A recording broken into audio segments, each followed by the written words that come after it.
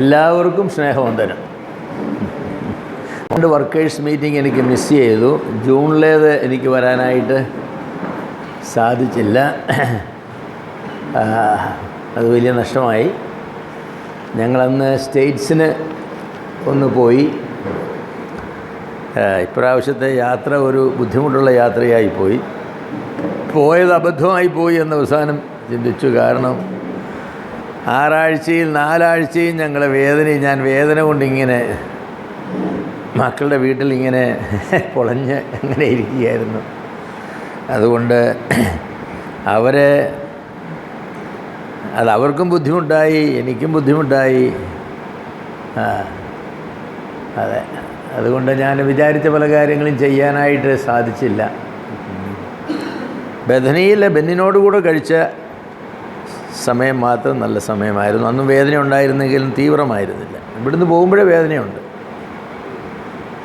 എൻ്റെ പ്രശ്നം പല വർഷങ്ങൾക്ക് മുമ്പേ തുടങ്ങിയ പ്രശ്നമാണെന്ന് ഞാൻ തിരിഞ്ഞു നോക്കുമ്പോൾ എനിക്ക് മനസ്സിലാകും. ഞാൻ എഴുതുന്ന സമയത്ത് 4-5 പേജ് എഴുതി കഴിയുമ്പോൾ എൻ്റെ ഈ കൈക്ക് വേദന തുടങ്ങുമായിരുന്നു. അപ്പം ഞാൻ എപ്പോഴും ഗ്രേസിനോട് പറയും, വലത്തെ കൈ കൊണ്ട് എഴുതി ഇടത്ത് കൈ അനക്കാൻ വയ്യാലോ. ഗ്രേസ് പറയും അതങ്ങനെ അനങ്ങാതെ കൈ വെച്ചുകൊണ്ടായിരിക്കും എന്നൊക്കെ പറയും. പിന്നെ നടക്കാനായിട്ട് പോകുമ്പോഴും അങ്ങനെയാണ്. ഞാൻ 1 കിലോമീറ്റർ നടന്നു കഴിയുമ്പോൾ എൻ്റെ ഈ കൈ അങ്ങ് മരവിക്കും, ജീവനില്ലാതെ. പിന്നെ കുറച്ച് നേരം 10-15 മിനിറ്റ് നിൽക്കുന്ന കഴിയുമ്പോൾ ഇത് വീണ്ടും. അപ്പോൾ അന്നേ തുടങ്ങിയതാണ് ഈ പ്രോബ്ലം എന്ന് പറയുന്നത്.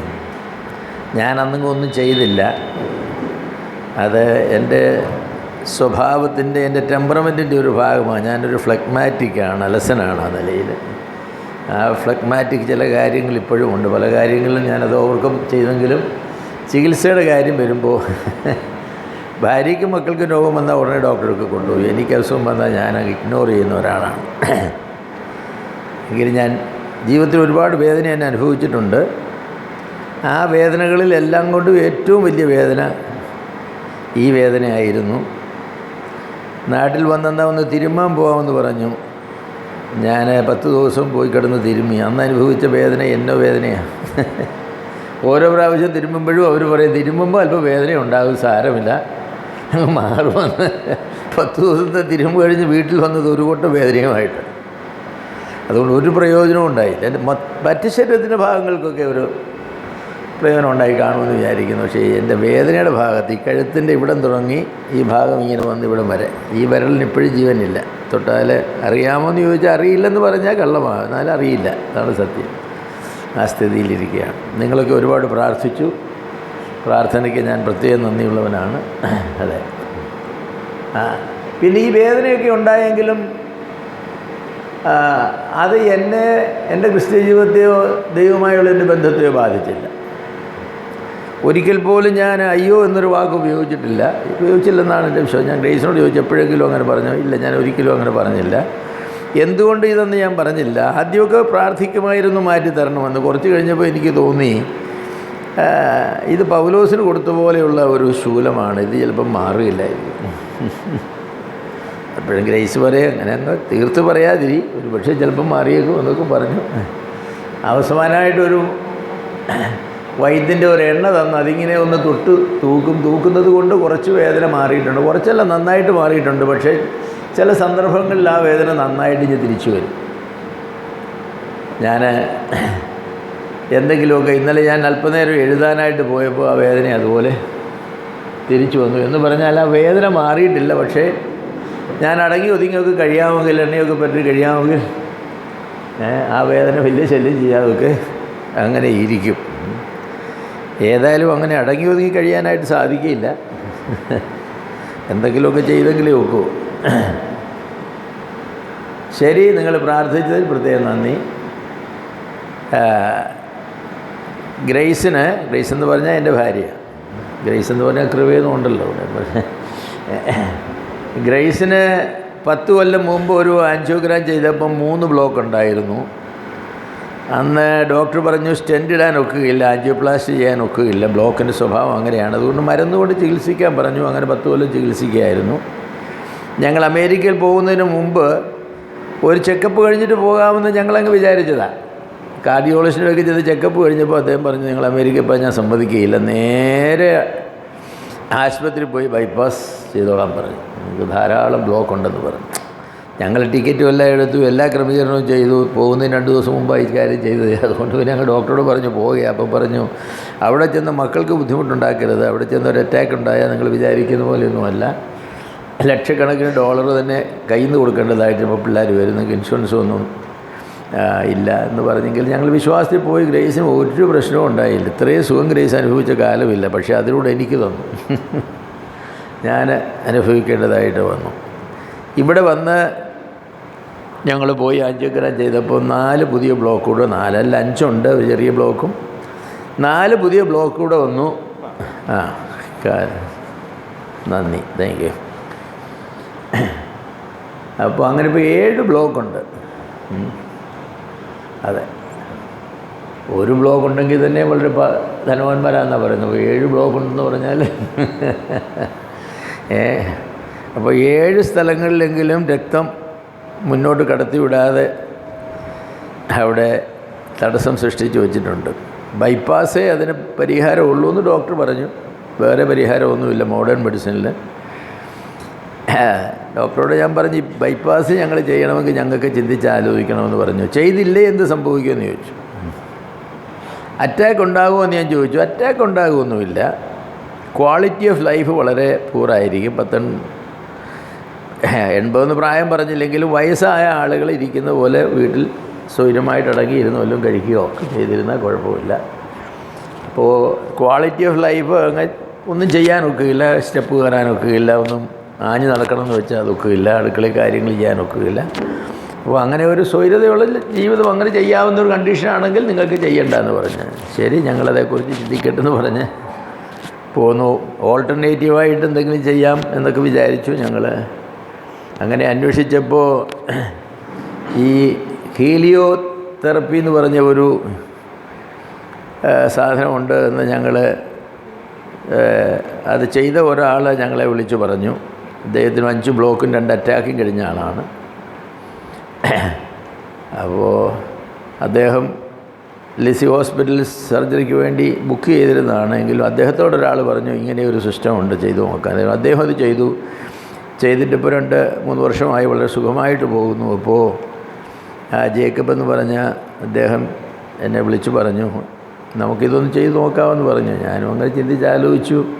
മക്കളോടൊക്കെ ചോദിച്ചപ്പോൾ അവരാരും അതിന് അനുകൂലമായിരുന്നില്ല, കാരണം അവർക്കൊന്നും അതേക്കുറിച്ചൊന്നും അറിയില്ല. ഞങ്ങളേതായാലും ദൈവത്തിൽ ആശ്രയിച്ച് അതങ്ങ് ചെയ്യാനായിട്ട് ഒരുങ്ങി. 35 പ്രാവശ്യം അത് മരുന്നാണ്, ഒരു ആസിഡാണ്. ആസിഡ് ഇങ്ങനെ ശരീരത്തിൻ്റെ ഞരമ്പിൽ കൂടെ കയറ്റി വിടുകയാണ്. അത് ശരീരത്തിൻ്റെ എല്ലാ ഭാഗത്തും ചെന്നിട്ട് ഈ ബ്ലോക്കുകളെ അലിയിക്കുക എന്നുള്ളത് അതിൻ്റെ പ്രമാണം. അത്ര പെട്ടെന്നൊന്നും അലിയിക്കുകയില്ല. പറഞ്ഞു 10-20 ചെയ്ത് കഴിയുമ്പോൾ രക്തം ഓട്ടം കുറച്ചുകൂടെ മെച്ചമാകും. 35 ചെയ്ത് കഴിയുമ്പോൾ കുറച്ച് കൂടെ മെച്ചമാകുമെന്ന് പറഞ്ഞു. ചില ആളുകൾക്ക് നന്നായിട്ട് മുഴുവനും ക്ലിയറാകും, ചില ആളുകൾക്ക് അങ്ങനെ മുഴുവനും ക്ലിയറാവില്ല. ഏതായാലും ഞങ്ങളത് ചെയ്യാൻ ഉറച്ച് അങ്ങനെ ചെയ്യുകയാണ്. 2 ചെയ്തു, ഇനി നാളെ ഉണ്ട്. 3 മണിക്കൂർ 3.5 മണിക്കൂർ എടുക്കും ഒരു പ്രാവശ്യം. 3.5 മണിക്കൂർ കൊണ്ടാണ് അവിടെ കിടക്കണം. അവർ നേഴ്സുമാർ മരുന്ന് കയറ്റി വിടും. ഇതാണ് ഞങ്ങളിപ്പോൾ ചെയ്യുന്നത്. ഇപ്പം ഞാൻ പോയി ഗ്രേസിൻ്റെ കൂടെ ഇരിക്കും. ചിലപ്പോൾ അല്പം ബുദ്ധിമുട്ടൊക്കെ ഉണ്ടാകും, വേദനയും ഒരു പരിവേഷവും ഇതൊക്കെ ഉണ്ടാകും. ഗ്രേസിന് കാര്യമായി ഇതുവരെ 2 പ്രാവശ്യം ഉണ്ടായില്ല. അല്പം വേദന ഉണ്ടായതേ ഉള്ളൂ. ക്ഷീണം നന്നായിട്ടുണ്ട്. അത് ചെയ്ത് കഴിഞ്ഞാൽ പിന്നെ ഒന്നും ചെയ്യാനുള്ള ഒരു ശക്തി ബലമൊന്നും ഇല്ല. പ്രാർത്ഥനയ്ക്ക് വേണ്ടി ഞാൻ പറഞ്ഞു, സ്തോത്രത്തിന് വേണ്ടി നിങ്ങൾ പ്രാർത്ഥിച്ചുകൊണ്ടിരിക്കുന്നു എന്നുള്ളതിൽ വളരെ നന്ദി. തുടർന്നും പ്രാർത്ഥിക്കണം. വേദന, ഭയങ്കരമായ വേദനയിലൊക്കെ ഇരിക്കുന്ന സമയത്ത് ഞാനിങ്ങനെ ബൈബിൾ വായിക്കാൻ എനിക്ക് ഒരുപാട് അവസരങ്ങൾ കർത്താവ് തന്നു തരികയും ചെയ്തു. ഒരു ശരാശരി ദിവസം ഒരു 10-15 അധ്യായങ്ങൾ ഇങ്ങനെ വായിച്ച് ഇങ്ങനെ ഓരോന്ന് ധ്യാനിക്കും. പല പുസ്തകങ്ങൾ വായിക്കാൻ അവസരങ്ങൾ കിട്ടി.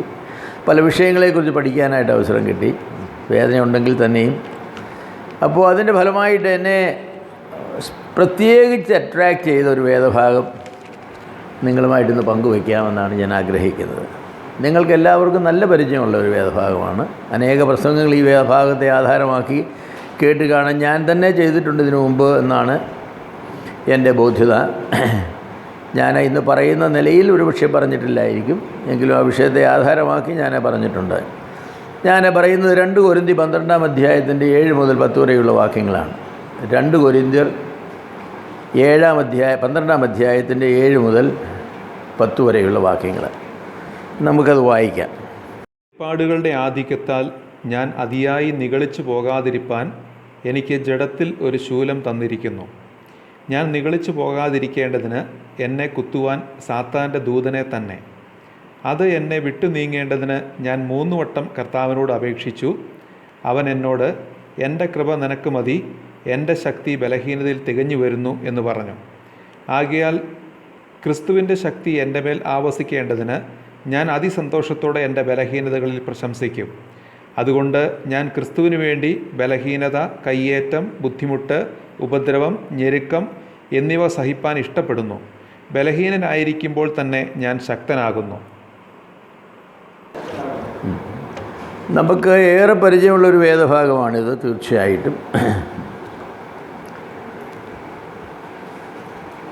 ഒരു ഓട്ടക്കാരൻ അവൻ്റെ ജീവിതത്തിലെ ഏറ്റവും ബെസ്റ്റ് എന്ന് പറയുന്ന ഒരു പോയിൻ്റ് ഏതായിരിക്കും? ഒരു ഓട്ടക്കാരൻ്റെ ജീവിതത്തിൽ അവൻ്റെ ഏറ്റവും ബെസ്റ്റ് എന്ന് പറയുന്നത് ഒളിമ്പിക്സിലെ ഗോൾഡ് മെഡൽ വാങ്ങി ആ മിഡിൽ സ്റ്റാൻഡിൽ കയറി നിന്ന് അവൻ്റെ ദേശീയ ഗാനം പാടുമ്പോഴാണ് ഹീസ് അറ്റ് ഹിസ് ബെസ്റ്റ്. അതുവരെ അവനെ അറ്റ് ഹിസ് ബെസ്റ്റ് എന്ന് പറയാനായിട്ട് സാധിക്കും. അവൻ ഓട്ടക്കാരൻ നിലയിൽ അവനൊക്കെ ആണെങ്കിലും I think a runner is at his best when he bags that Olympic gold. Paulose പറഞ്ഞില്ലേ, ഓടുന്നവർ എല്ലാവരും ഓടുന്നെങ്കിലും എല്ലാവരും ബിരുദ പ്രാപിക്കുന്നില്ല. ബിരുദ പ്രാപിക്കാനായിട്ട് ഓടണമെന്നാണ് പറയുന്നത്. That is best. ഒരു scientist when he will be at his best. ഒരുപക്ഷെ അവൻ നോബൽ പ്രൈസ് കരസ്ഥമാക്കുമ്പോൾ he is at his best. അവൻ്റെ കണ്ടുപിടുത്തം ലോകം അംഗീകരിച്ചു. നോബൽ പ്രൈസ് കിട്ടാത്തവരുണ്ട്, പല ആളുകളുണ്ട്. ഈയിടെ മരിച്ചുപോയ ഒരാളുണ്ടായിരുന്നല്ലോ, അല്ല നമ്മുടെ ഇംഗ്ലീഷുകാരൻ ഹോക്കിങ്. അത് സ്റ്റീവൻ ഹോക്കിങ്. അദ്ദേഹത്തിന് ഗോൾഡ് മെഡൽ കിട്ടിയില്ല. ഇത് ഒളിമ്പിക് നോബൽ പ്രൈസ് കിട്ടിയില്ല. അതുപോലെ നോബൽ പ്രൈസ് കിട്ടാത്ത ഒരുപാട് ആളുകളുണ്ട്. അദ്ദേഹം ഗ്രേറ്റ് സയൻറ്റിസ്റ്റ്. പക്ഷേ അവരൊക്കെ തിയോറിറ്റീഷ്യൻസാണ്. അവരുടെ സയൻസ് ഒരിക്കലും പ്രൂവ് ചെയ്തിട്ടില്ലെന്നാണ് പറയുന്നത്. പ്രാക്ടിക്കലായിട്ട് അവർ തിയറി പറഞ്ഞതേ ഉള്ളൂ.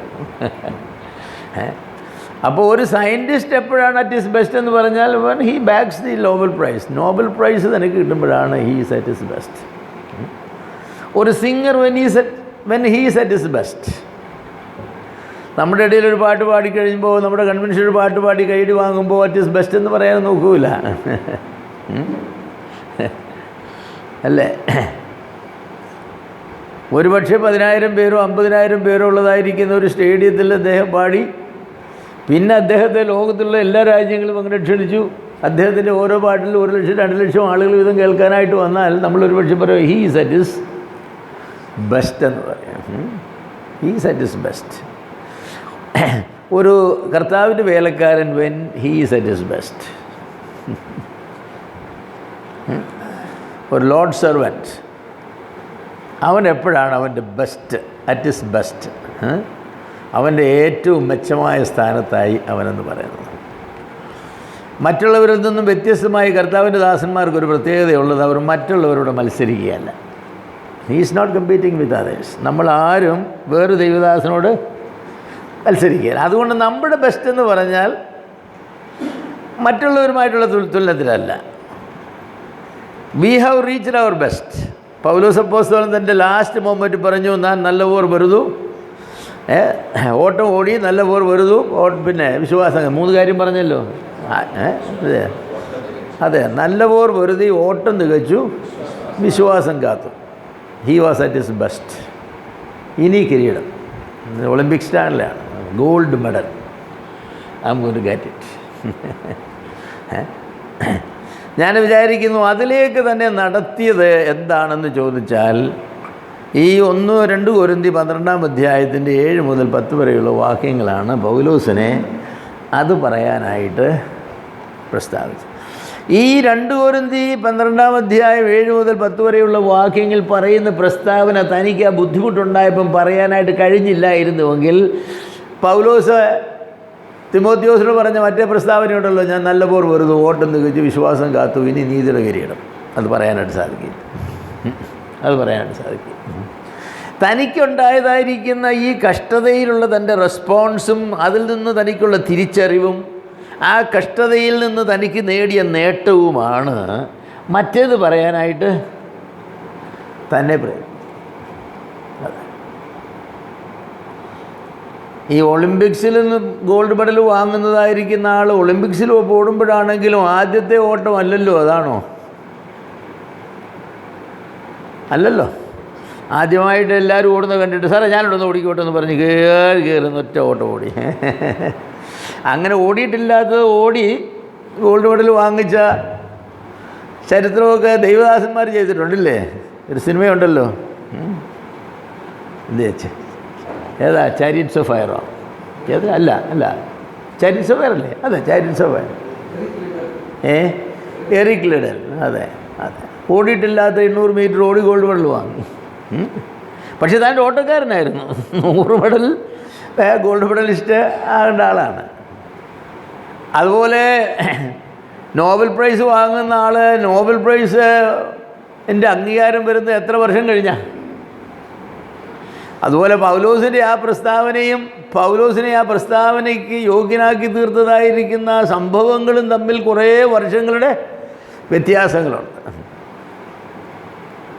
അപ്പോൾ ഈ ഒരു ഭാഗമെന്ന് പറയുന്നത് ഒരു കീ പാസേജാണ്. പൗലോസിനെ പോലെ ഒരു ദൈവദാസനെ ആ നിലയിൽ ഒരു പ്രസ്താവന പറയുവാൻ തക്കവണ്ണം പോൾ അറ്റ് ഹിസ് ബെസ്റ്റ് എന്ന് പറയത്തക്കവണ്ണമുള്ള ഒരു പ്രസ്താവനയ്ക്ക് തന്നെ സന്നദ്ധനാക്കിയത് ഈ ഭാഗമാണ്.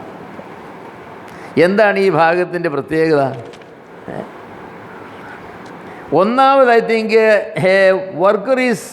A servant is at his best when he has an abundance of understanding of God's word. ദൈവവചനത്തിൻ്റെ വലിയ ഒരു പരിജ്ഞാനം, ഒരു എന്താണ് പറയുന്നത്, പ്രകാശനം തനിക്ക് ലഭിച്ചു. ഇവിടെ പൗലോസ് ഇതേക്കുറിച്ച് പറയുന്നത് എന്താണ്? വെളിപ്പാടുകളുടെ ആധിക്യത്താൽ ഞാൻ നിഗളിച്ചു പോകാൻ. വെളിപ്പാടുകളുടെ ആധിക്യം അങ്ങനെയൊന്ന് പൗലോസിൻ്റെ ജീവിതത്തിൽ ഉണ്ടായി. പൗലോസ് ജീവിച്ചതായിരിക്കുന്ന കാലത്ത് തിരുവെഴുത്തുകൾ കംപ്ലീറ്റ് ആയിട്ടില്ല. അതുകൊണ്ട് ദൈവം തനിക്ക് തിരുവെഴുത്തുകൾ എഴുതാനായിട്ട് തന്നെ വിളിച്ചു. അതുകൊണ്ട് തനിക്ക് പറയാമായിരുന്നു അബൻഡൻസ് ഓഫ് റെവലേഷൻ. നാം ഇന്ന് ജീവിക്കുന്നതായിരിക്കുന്ന കാലഘട്ടത്തിൽ റെവലേഷൻ എല്ലാം കംപ്ലീറ്റായി. അതുകൊണ്ട് നമുക്ക് ആർക്കും അബൻഡൻസ് ഓഫ് റെവലേഷൻ ഉണ്ടാവില്ല. അങ്ങനെ വല്ല റെവലേഷൻ ഉണ്ടായെങ്കിൽ വല്ല മാനസിക ആശുപത്രിയിലേക്ക് പോകേണ്ടതായിട്ട് വരികയും ചെയ്യും. പിന്നെ ഇൻസ്പിറേഷനും ഇല്ല, അബൻഡൻസ് ഓഫ് ഇൻസ്പിറേഷനും ഇല്ല. കാരണം തിരുവെഴുത്തുകൾ എഴുതപ്പെട്ട് കഴിഞ്ഞതുകൊണ്ട് ഇനി അതുമില്ല. പിന്നെ നമുക്കുള്ളത് എന്താ? ഇലുമിനേഷൻ. അതാണ്.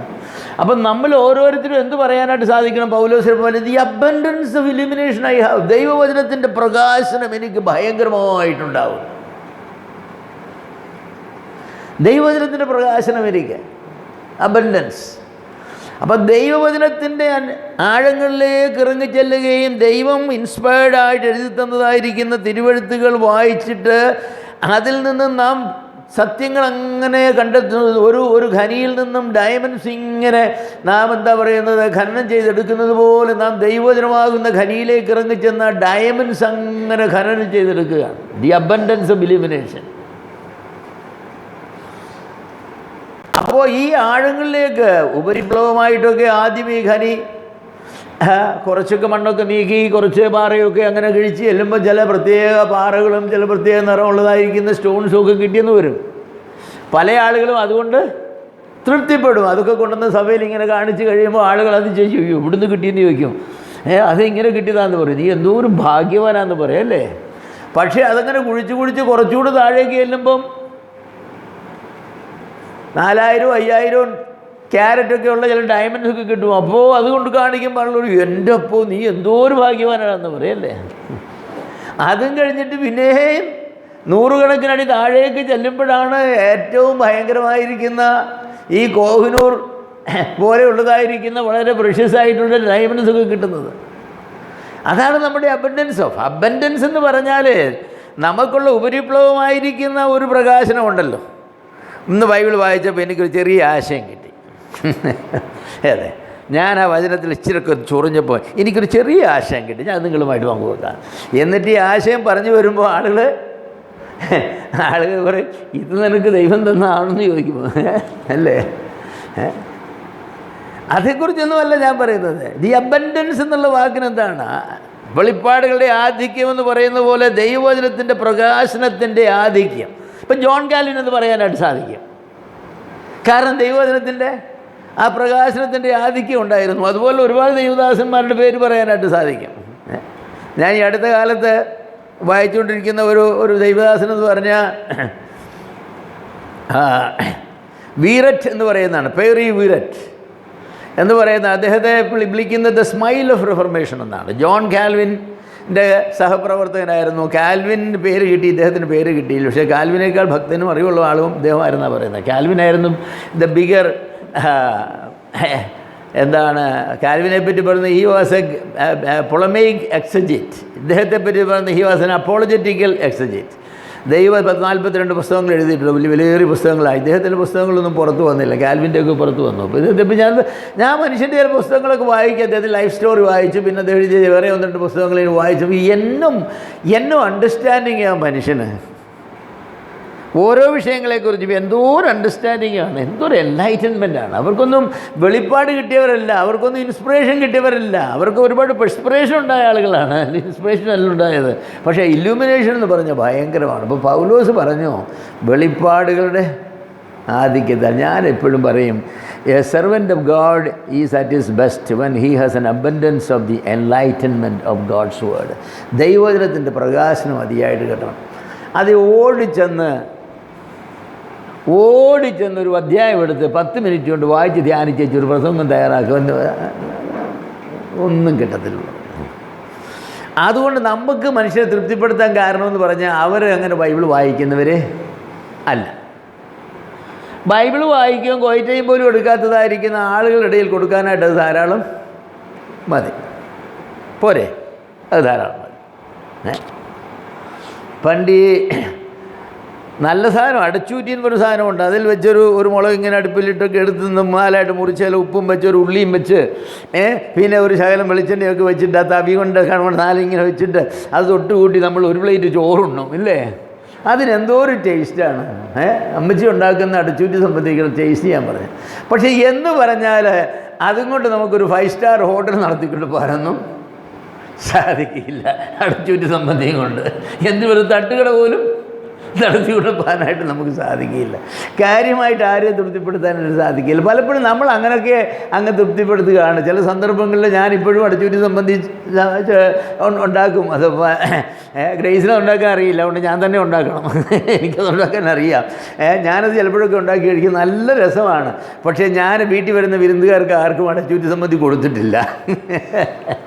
അതിൻ്റെ കാരണം എന്താണെന്ന് ചോദിച്ചാൽ അത് ഈ കുക്കിങ്ങിൻ്റെ അബൻഡൻസ് ഓഫ് കുക്കിംഗ് എബിലിറ്റി എന്ന് പറയാൻ ഒന്നും ആവശ്യമില്ലാത്ത ഒന്നാണ്. അതുപോലെ പലപ്പോഴും നമ്മുടെ ഈ വചന ശുശ്രൂഷ എന്ന് പറയുന്നത് ആളുകൾ തൃപ്തിയായിട്ട് പോകുന്നു. ഒരു എരിവും പുളിയും ഒക്കെ അവർക്ക് കിട്ടുന്നു. അതൊക്കെ അവർ തൃപ്തിയായിട്ട് 2 ഗ്ലാസ് വെള്ളമൊക്കെ കുടിക്കും, വയറ് നിറഞ്ഞ് അവരങ്ങനെ പോകുന്നു. പക്ഷേ അതല്ല ഞാൻ പറയുന്നത്. That's not what I say. ദൈവവചനത്തിൻ്റെ ആഴങ്ങളിലേക്ക് അങ്ങനെ ഇറങ്ങിച്ചെല്ലണം. സ്പർജൻ എന്ന് പറഞ്ഞാലോ ഇങ്ങനെയൊക്കെ ഓരോ പേരുകൾ പറയാറില്ലേ, വലിയ വലിയ പേരുകൾ. ഒരുപാട് ആളുകളുടെ പേര് പറയാം. അവരൊക്കെ പേര് പറയുമ്പോൾ എന്താണ്, അവരൊന്നും അങ്ങനെ ഉപരിപ്ലവമായിട്ട് ആളുകൾക്ക് എന്തെങ്കിലും കൊടുത്തവരല്ല. അതിൽ ആഴത്തിലേക്ക് ഇറങ്ങിച്ചെന്ന ആളുകളാണ്. എൻ്റെ പ്രിയമുള്ളവർ, നിങ്ങളെല്ലാം വചനം പ്രസംഗിക്കാനായിട്ട് വിളിക്കപ്പെട്ട ആളുകളാണല്ലോ. ഞാൻ ചോദിക്കട്ടെ, are you at your best when you preach? Are you at your best when you preach? നിങ്ങൾ പ്രസംഗിക്കുമ്പോൾ നിങ്ങളുടെ ബെസ്റ്റിലാണോ? നിങ്ങൾക്ക് അങ്ങനെ അബൻഡൻസ് ഓഫ് ഇലിമിനേഷൻ ഉണ്ടായിട്ടുണ്ടോ? ഏതെങ്കിലും ഒരു വേദഭാഗത്തെപ്പറ്റി എനിക്കൊരു ഭയങ്കര പ്രകാശനം, ഞാൻ ആ മുറിയിൽ അടച്ചിട്ട് അവിടെ ഇരുന്നു, ആ വചനം ഞാൻ അങ്ങോട്ട് ധ്യാനിച്ചിരിക്കുമ്പോൾ ആ വചനം എൻ്റെ മുന്നിൽ ചുരുളഴിഞ്ഞഴിഞ്ഞഴിഞ്ഞഴിഞ്ഞഴിഞ്ഞ് വന്ന് ഞാൻ ഒരിക്കലും കണ്ടിട്ടില്ലാത്തതായിരിക്കുന്ന സത്യങ്ങൾ ഞാനത് കണ്ടു. ഞാനത് വീണ്ടും വീണ്ടും വായിച്ചു. അത് സത്യമാണെന്ന് എനിക്ക് ബോധ്യമായി. അതെൻ്റെ ജീവിതത്തെ പിടിച്ച് കുലുക്കാനായിട്ട് തുടങ്ങി. എൻ്റെ ജീവിതത്തെ രൂപാന്തരപ്പെടുത്തി ഞാനത് മറ്റ് സഹോദരന്മാരുമായിട്ട് പങ്കുവച്ചു. അവർക്കും എന്തോ ഒരു അനുഗ്രഹമാണ് കിട്ടുന്നത്. ഈ ശനിയാഴ്ച രാത്രി ഞായറാഴ്ചത്തേക്ക് 1 മണിക്കൂറിന് പ്രസംഗം തയ്യാറാക്കി വരുന്നവർക്ക് അബൻഡൻസ് ഓഫ് അവർക്ക് എന്താ കിട്ടുമെന്ന് അറിയില്ല. ഇവരെയാണ് ചെയ്യരുത് കേട്ടത്. You want to be at your best നിങ്ങൾ വേറെ ആരുമായിട്ടും അല്ല നിങ്ങൾ മത്സരിക്കുന്നത്, നിങ്ങളോട് തന്നെയാണ്. പക്ഷെ നിങ്ങളോട് തന്നെ മത്സരിക്കുന്ന മത്സരത്തിൽ നിങ്ങൾ വളരെ ലോയിലാണ് എന്നാണ്. കാരണം പലപ്പോഴും നിങ്ങളുടെ പ്രസംഗങ്ങളെക്കുറിച്ച് മറ്റുള്ളവർ പറഞ്ഞിട്ടുള്ളത് അങ്ങനെയാണ്, എൻ്റെ വെറുതെ സമയം കളയാണ്, വെറുതെ സമയം കളയാണ്. ശങ്കർ ചെയ്യരുത്, ചെസ്സിൻ. ഇപ്പോൾ പൗലോസ് പറഞ്ഞത് അബൻഡൻസ് ഓഫ് റെവലേഷൻ, തനിക്കതുള്ള കാലത്തായിരുന്നു അബൻഡൻസ് ഓഫ് റെവലേഷൻ. പഴയ പുതിയ നിയമ തിരുവെഴുത്തുകളിൽ പൗലോസിനെ പോലെ റെവലേഷൻ ലഭിച്ച ഒരാൾ പോലുമില്ല. മോശയ്ക്ക് 5 പുസ്തകം എഴുതിയുള്ളൂ, പൗലോസ് 13 പുസ്തകമോ 14 എഴുതി. യിരെമ്യാവിനാകട്ടെ യെശയ്യാവിനാകട്ടെ വേറെ ഒരു മനുഷ്യർക്കും ലഭിച്ചില്ല. Paul was a man. അപ്പോൾ അബൻഡൻസ് ഓഫ് റെവലേഷൻ എന്ന് പറഞ്ഞപ്പം വെറുതെ അങ്ങ് പറഞ്ഞാൽ റോമാലേഖനം പോലെ ഒരു പുസ്തകം വേറെ ആർക്കെങ്കിലും എഴുതിയിട്ടുണ്ടോ? ആർക്കെങ്കിലും എഴുതാൻ കഴിഞ്ഞിട്ടുണ്ടോ? എഴുതാൻ കഴിഞ്ഞിട്ടില്ല. A man is a servant of God is at his best when he has an abundance of illumination in the scriptures. ദൈവവചനത്തിൻ്റെ പ്രകാശനം നമ്മൾ പ്രാപിക്കണം, അതിൻ്റെ ആഴങ്ങളിലേക്ക് ഇറങ്ങിച്ചെല്ലണം. അതുകൊണ്ട് അതിനുവേണ്ടി നിങ്ങൾ ദൈവത്തോട് പ്രാർത്ഥിക്കുകയും നിങ്ങൾ ആഗ്രഹിക്കുകയും വേണം എന്നാണ് എനിക്ക് പറയാനുള്ളത്. രണ്ടാമത് ഞാൻ പറയുന്ന പൗലോസിൻ്റെ ഈ വേദഭാഗത്തെന്ന് പറയുമ്പം a servant of God is at his best when he is conscious of his weakness and submitted to God to overcome his weakness. ഒരു ദൈവദാസൻ തൻ്റെ ബലഹീനതകളെക്കുറിച്ച് ബോധവാനാവുകയും ആ ബലഹീനതകളെ അതിജീവിക്കുവാനായിട്ട് ദൈവത്തിന് പൂർണ്ണമായി സമർപ്പിക്കുകയും ചെയ്യുമ്പോഴാണ് ഹീസ് അറ്റ് ഹിസ് ബെസ്റ്റ്. പൗലോസ് എന്താ ഇവിടെ പറയുന്നത്? പൗലോസ് പറയുകയാണ്, വെളിപ്പാടുകളുടെ ആധിക്യത്താൽ ഞാൻ അതിയായി നിഗളിച്ചു പോകാതിരിപ്പാൻ.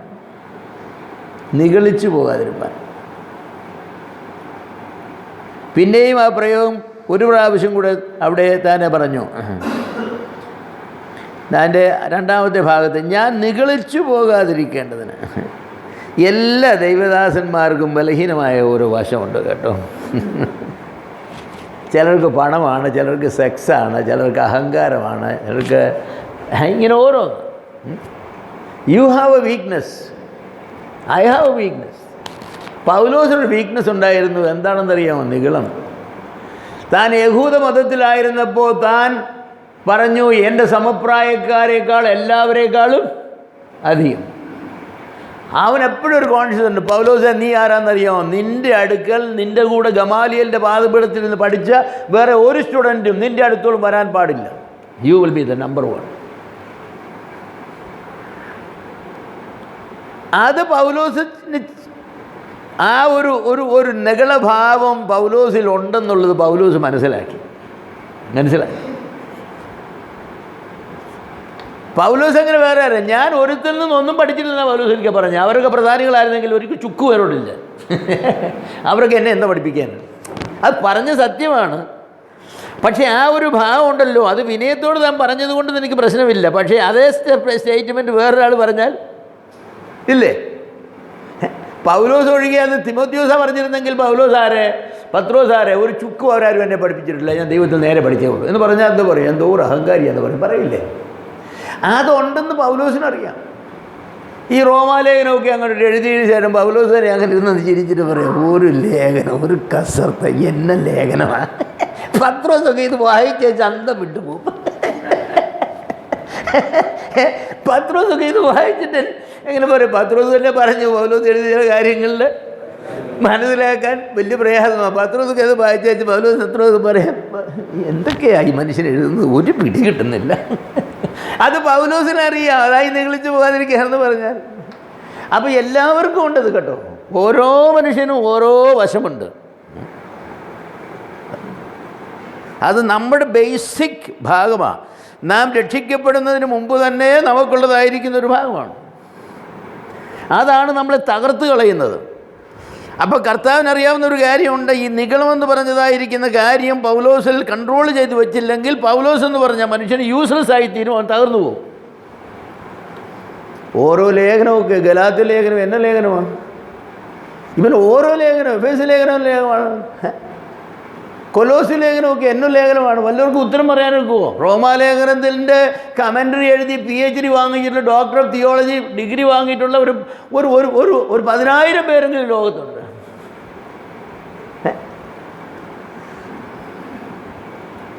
അപ്പോൾ പൗലോസ് തെളിച്ചു പോകുന്ന അതിശയമാണോ? പൗലോസ് തെളിച്ചു പോകുന്ന അതിശയമല്ല. ഒരുപാട് ദൈവദാസന്മാർ അങ്ങനെ തെളിയിക്കുന്ന കണ്ടുണ്ട്. ഞാനെന്നുള്ള ഭാവം, ഞാൻ ആരാന്നറിയാം. ഈ പൗലോസ് എന്ന് പറഞ്ഞ ആളാരാന്നറിയാം. ഞാൻ ചുമ്മാ കണ്ട അണ്ടനും വടകോടനെയും പോലെയല്ല. അറിയാമായിരുന്നു പൗലോസ്. ദൈവത്തിന് പൗലോസിൻ്റെ ബലഹീനത അറിയാവുന്നുള്ളതല്ല വിഷയം, നിങ്ങൾക്ക് നിങ്ങളുടെ ബലഹീനത അറിയാവുന്നുള്ളതാണ്. പേരായിരിക്കാം, പ്രശസ്തിയായിരിക്കാം, പണമായിരിക്കാം, പെണ്ണായിരിക്കാം, നിരാശ വരുന്നത് ചിലർക്ക് നിരാശയായിരിക്കാം, ഡിപ്രഷനായിരിക്കാം. നിങ്ങളുടെ ഒരു പോയിൻ്റ് ഉണ്ട്, അതെന്താണെന്ന് നിങ്ങൾ മനസ്സിലാക്കുന്നത് നല്ലതാണ്. എൻ്റെ പ്രിയമുള്ളവരെ, എൻ്റെ ബലഹീനത വശം എന്താണെന്ന് ഞാൻ മനസ്സിലാക്കുന്നത് നല്ലതാണ്. അത് മനസ്സിലാക്കിയില്ലെങ്കിൽ, മനസ്സിലാക്കിയതുകൊണ്ട് മാത്രമായില്ല, മനസ്സിലാക്കിയിട്ട് അതിൻ്റെ പരിഹാരത്തിന് വേണ്ടി ദൈവത്തിൻ്റെ ഇഷ്ടത്തിന് വിധേയപ്പെടുത്തി കൊടുക്കുകയാണ്. ഇത് തീർക്കാനായിട്ട് നിനക്ക് എന്താ ചെയ്യാനുള്ളത് ചെയ്തോ, ഹീറായ.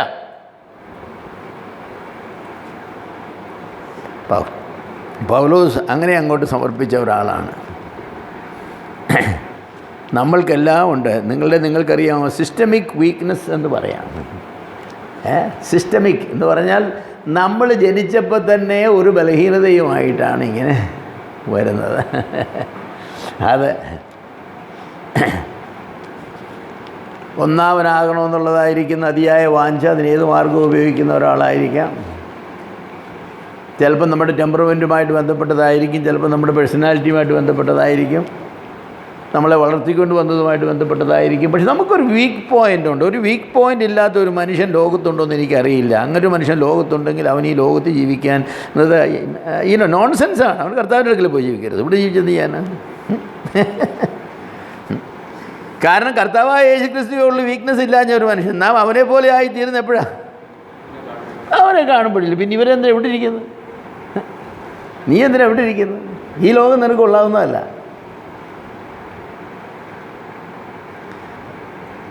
ഇപ്പോൾ പൗലോസിന് തൻ്റെ വീക്ക്നെസ് അറിയാമായിരുന്നു എന്ന് മാത്രമല്ല, ആ വീക്ക്നെസ്സിനെ ഓവർകം ചെയ്യാൻ പൗലോസ് ദൈവത്തിന് അങ്ങോട്ട് സമർപ്പിച്ചു കൊടുക്കുകയാണ്. ദൈവം പറഞ്ഞു, എനിക്ക് ജഡത്തിൽ ഒരു ശൂലം തന്നിരിക്കുന്നു, ഞാൻ അതിയായി നിഗളിച്ചു പോകാതിരിക്കാൻ ഒരു ശൂലം തന്നിരിക്കുന്നു, സാത്താൻ്റെ ഒരു ദൂതനെ വിട്ട് എന്നെ കുത്താനായിട്ട്. അതെന്തും ആകട്ടെ, അത് നമുക്ക് വിഷയമല്ല. ദൈവത്തിനൊരു പരിഹാരമാർഗമുണ്ട്. ആ പരിഹാരമാർഗത്തിനായിട്ട് അങ്ങോട്ട് സമർപ്പിച്ചു കൊടുത്തു. നിങ്ങളെ വിധിക്കാൻ ഞാനാരുമല്ല. നിങ്ങളുടെ എല്ലാവരുടെയും ബലഹീനത എന്താണെന്ന് എനിക്കറിയില്ല. പരിചയിച്ചിട്ടുള്ളതിൻ്റെ ചില ആളുകളുടെയൊക്കെ ബലഹീനത എനിക്കറിയാം. അതവരെ തകർക്കുന്നതായിട്ട് ഞാൻ കണ്ടിട്ടുണ്ട് പലപ്പോഴും. പല ആളുകളെയും മുന്നോട്ട് പോകേണ്ടതായിരുന്നു, പക്ഷെ അവരെ പിടിച്ചു നിർത്തുന്നതായിട്ട് ഞാൻ കാണുന്നുണ്ട്. ഇൻഹിബിറ്റിങ്, മുന്നോട്ട് പോകാനായിട്ട് സാധിക്കില്ല. ആ ബലഹീനതയുടെ പരിഹാരത്തിന് വേണ്ടി ദൈവസന്നിധിയിൽ നിങ്ങളെ തന്നെ വിട്ടുകൊടുക്കുന്നത് വരെ നിങ്ങൾക്ക് അധികം മുന്നോട്ട് പോകാനായിട്ട് സാധിക്കില്ല. നിങ്ങളുടെ കാല് ഒരു വലിയൊരു ഇരുമ്പ് തൂണിൽ നിങ്ങളുടെ കാല് കെട്ടിയിട്ടിരിക്കുക ഒരു തൊടൽ കൊണ്ട്. ഈ തൊടലിൻ്റെ നീളത്തിന് അത്രേ ഭാരം വെക്കും. അതിന് മുന്നോട്ട് പോകണമെങ്കിൽ ദൈവം തമ്പുരാൻ ഇനി എന്ത് ചെയ്യണം? തൊടലഴിച്ച് തരികയില്ല, ഈ തൂണഴിച്ച് മാറ്റിക്കൊണ്ടിരിക്കണം. തൊടലഴിച്ച് വിടുകയില്ല. കാരണം ഈ തൊടലല്ല നിങ്ങൾ കെട്ടിയിട്ടിരിക്കുന്നത് ഓടിപ്പോകാതിരിക്കാനായിട്ട്. നിങ്ങൾ ദൈവം പിടിച്ച് കെട്ടിയിരിക്കുന്നതാണ്. അപ്പം ദൈവമേ, നീ ഈ തൂണ് കുറച്ചുകൂടെ അങ്ങോട്ട് അഡ്വാൻസ് ചെയ്യണം. Let me go little more forward എന്ന് പറഞ്ഞു. അല്ലേ പിന്നെ ഭ്രാന്തന്മാർ കൊണ്ട് വള്ളത്തെ നേരം വെളുത്തപ്പോഴും വള്ളം എവിടെയാണ്? തീരുന്നക്കര തന്നെ. രാത്രി മുഴുവൻ തുഴച്ചില്ല. ചില ദൈവദാസന്മാർ അങ്ങനെ ഒരുപാട് തുഴയുന്നുണ്ട്, പക്ഷേ അവരുടെ വള്ളം ഒട്ടും മുന്നോട്ട് പോകുന്നില്ല. കാരണം എന്താണെന്ന് ചോദിച്ചാൽ അത് കെട്ടിയിട്ടിരിക്കും. പൗലോസിനെ ഓർത്ത് ഞാൻ ദൈവത്തെ സ്തുതിക്കുന്നു. കാരണം ആ ദൈവദാസനത് സമ്മതിച്ചു, ഞാൻ നിഗളിച്ചു പോകാതിരിക്കേണ്ടതിനാണ്. അല്ലേ? നമ്മളൊന്നും സമ്മതിക്കുകയില്ല ഞാൻ അഹങ്കരിക്കാതിരിക്കേണ്ടതിന്. നമ്മളെന്താണെന്നറിയാമോ? നമ്മുടെ ബലഹീനതകളെ മറ്റുള്ളവരിൽ നിന്നും നമ്മൾ മൂടിവെക്കും. അതാണ് നമ്മുടെ ബലഹീനതകളെ മറ്റുള്ളവരിൽ നിന്ന് നമ്മൾ മൂടിവെക്കും. നമ്മളോട് സൗര നിങ്ങൾക്ക് അഹങ്കാരം എന്നൊരു പ്രശ്നമുണ്ടെന്ന് പറഞ്ഞാൽ നമ്മൾ എന്ത് ചെയ്യും? അവനെ ശരിയാക്കും. ഏതാ എനിക്കല്ലടാ നിനക്കാണ്ട് പ്രശ്നമുള്ളതെന്ന് ബോധ്യപ്പെടുത്താനായിട്ട് ആവശ്യമായത് ശരി സമ്മതിക്കുകയില്ല. സൗര എനിക്ക് ആ ബലഹീനതയെക്കുറിച്ച് അറിയാൻ ദൈവം എന്നോട് എത്രയോ പ്രാവശ്യം പറയുന്നു. അത് കൂടെ ഇങ്ങനെ തലപോക്കുന്നു. സൗര അത് കണ്ടെത്തിയല്ലോ അല്ലേ, താങ്ക്സ് എന്ന് പറയാൻ നമുക്ക് കഴിയില്ല. പൗലോസിനത് കഴിഞ്ഞു. ഞാൻ നിഗളിച്ച് പോകാതെ ഇരിക്കേണ്ടതിന്, നിഗളിക്കുവാനുള്ള സാധ്യതയുള്ളൊരു മനുഷ്യനാണ് ഞാൻ, നിഗളിച്ചു പോകാൻ സാധ്യതയുള്ള നിങ്ങളുടെ ബലഹീന വശം എന്താണെന്ന് നിങ്ങൾ മനസ്സിലാക്കി എൻ്റെ പ്രിയമുള്ളവരെ ദൈവത്തിന് വിട്ടുകൊടുക്കുക. Know and submit. ബലഹീന വശം എന്താണ്, നിങ്ങളുടെ സിസ്റ്റമിക് ബലഹീന വശം എന്താണെന്ന് അറിയുക, എന്നിട്ട് ദൈവത്തിന് സബ്മിറ്റ് ചെയ്ത് കൊടുക്കുക. സാത്താൻ്റെ ഒരു ദൂതനെ കുത്തേണ്ടതിനെന്തൊക്കെയാണ് പറയുന്നത്, എന്തൊക്കെയാണെന്നൊന്നും എനിക്കറിയില്ല. ഞാൻ വ്യക്തിപരമായി വിശ്വസിക്കുന്നത് ഒരു ഭൂതം പൗലോസ് കിടന്നുറങ്ങുമ്പോൾ രാത്രി വന്നിട്ട് എടുത്തിട്ട് ശരിയാക്കി വെച്ചു. അത് ഈ റോമാലേഖനമോ ലേഖനമൊക്കെ എഴുതിയേച്ച് അങ്ങനെ ഒരു വിചാരത്തിരിക്കുക, അടിച്ച് കാശറി നല്ല ലേഖനമാണ്, ആ പോയിൻ്റ് വളരെ തെളിഞ്ഞു എന്നൊക്കെ അങ്ങോട്ട് പറഞ്ഞു വരുമ്പോഴാണ് ഈ കുത്തു വരുന്നത്. ഏത് പോയിൻ്റാണ് ഈ കുത്തി പിന്നെ 2 ആഴ്ചത്തേക്ക് റോമാലേഖനത്തെക്കുറിച്ച് ഓർമ്മയില്ല, എഴുതുന്നതിനെക്കുറിച്ച് ഓർമ്മയില്ല, ഒന്നിനെക്കുറിച്ചും ഓർമ്മയില്ല. പിന്നെന്തിനെക്കുറിച്ചാണ് ഓർമ്മയുള്ളത്? പൗലോസ് പറഞ്ഞ് ഇവിടുത്തെ വേദന കുത്ത് അല്ലേ. അത് പിന്നെ തിയോളജിയുടെ ക്ലോസ് ഒന്നും അറിയില്ല, അതിന് പിന്നെ ടെൻസും പാഴ്സിങ്ങും ഒന്നുമല്ല, ഇവനെ പാഴ്സ് ചെയ്ത സാധനം കൊടുക്കുകയാണ്. പറഞ്ഞിരിക്കുന്ന അങ്ങനെയാണല്ലോ, angel of Satan to buffet me എന്നാണ്. അതിന് രോഗമാണെന്ന് പറയുന്നവരുണ്ട്, എന്തുവാണെങ്കിലും പറഞ്ഞോ, എടുത്തിട്ടിടിക്കാൻ ഒരു ദൂതനെന്നാണ്, നിഗളിച്ച് പോകാതിരിക്കാൻ. 14 ലേഖനം എഴുതി കഴിഞ്ഞെങ്കിലും കുറഞ്ഞ പക്ഷം 14 പ്രാവശ്യമെങ്കിലും ഇവൻ വന്നിട്ട് എടുത്തിട്ട് പിന്നെന്താണ് സാത്താൻ്റെ കൈ കിട്ടിയാലത്തെ കാര്യം പറയണോ. അതൊരു ദൈവദാസനെ കിട്ടി, അയ്യോവിനെ ഇച്ചിരി നേരം കൊടുത്തു, എന്തൊരു തകർപ്പാ തകർത്ത്. അതെ, വെളിപ്പാടുകളുടെ ആധിക്യത്തിലാണ്. വെളിപ്പാടുകളുടെ ആധിക്യം ഉണ്ടാകണമെങ്കിൽ ഒന്നിനോട് ചേർത്ത് 2 ആയി, 2 4 ആയി, 4 8 ആയി, 8 16 ആയി, അപ്പോഴല്ലേ ആധിക്യം വരുന്നത്. അപ്പോൾ ആദ്യമായിട്ട് ഓരോ സത്യങ്ങളൊക്കെ ഇങ്ങനെ മർമ്മങ്ങളെല്ലാം പുള്ളിക്കാരനാണ്. പുതിയ നിയമത്തിലെ മർമ്മം മുഴുവൻ പുള്ളിക്കാരൻ ദൈവം തനിക്കല്ലേ വെളിപ്പെടുത്തി കൊടുത്തതാണെന്നു. മർമ്മം ഒന്നും പൗലോസ് പത്രോസിനും യോഹന്നാനും ഒന്നും മർമ്മം കിട്ടിയില്ല, മർമ്മം മുഴുവൻ ഇദ്ദേഹത്തിനാണ് കൊടുത്തത്. ഓരോ മർമ്മം കിട്ടുമ്പോഴും മർമ്മസ്ഥാനത്ത് തന്നെയാണ് ഇടി. എന്നോ ഇടിയാണ്.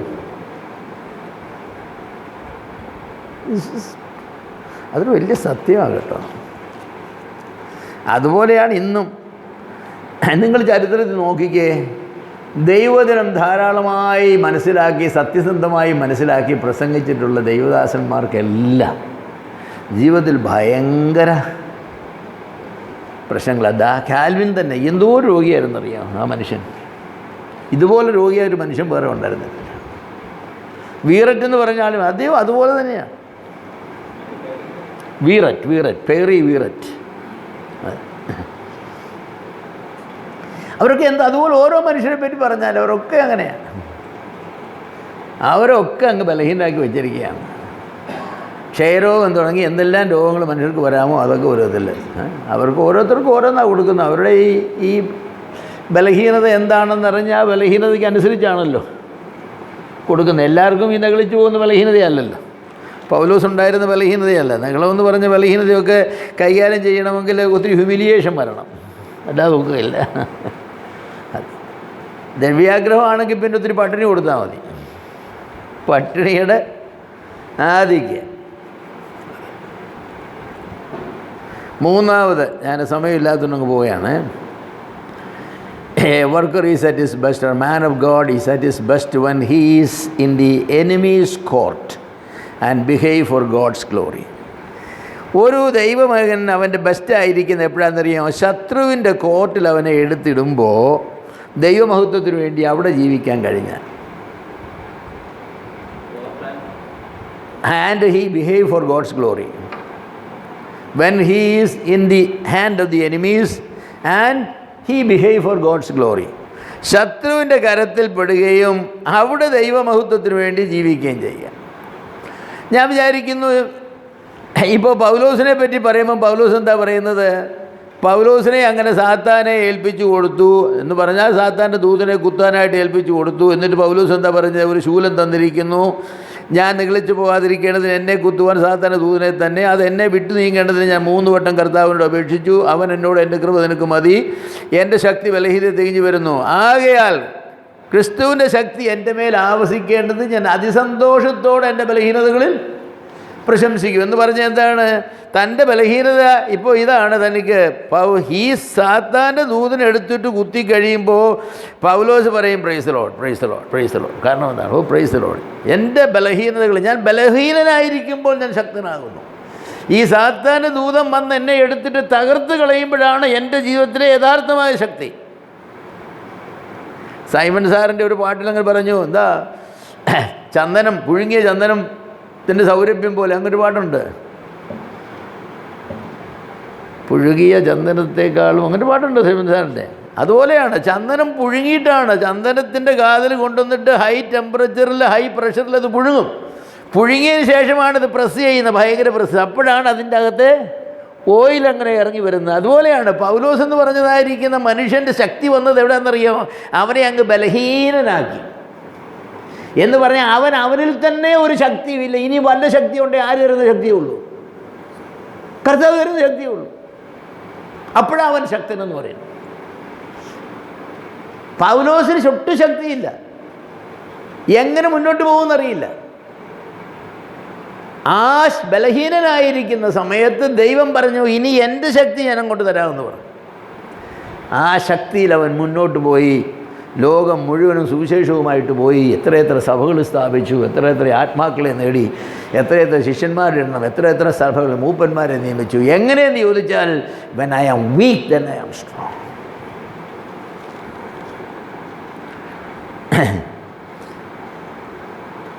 യേശു ക്രിസ്തുവിൻ്റെ ജീവിതത്തിൽ when could we say that? ഒരു മനുഷ്യനായിട്ട് യേശു ക്രിസ്തു ജീവിച്ച when was he at his best?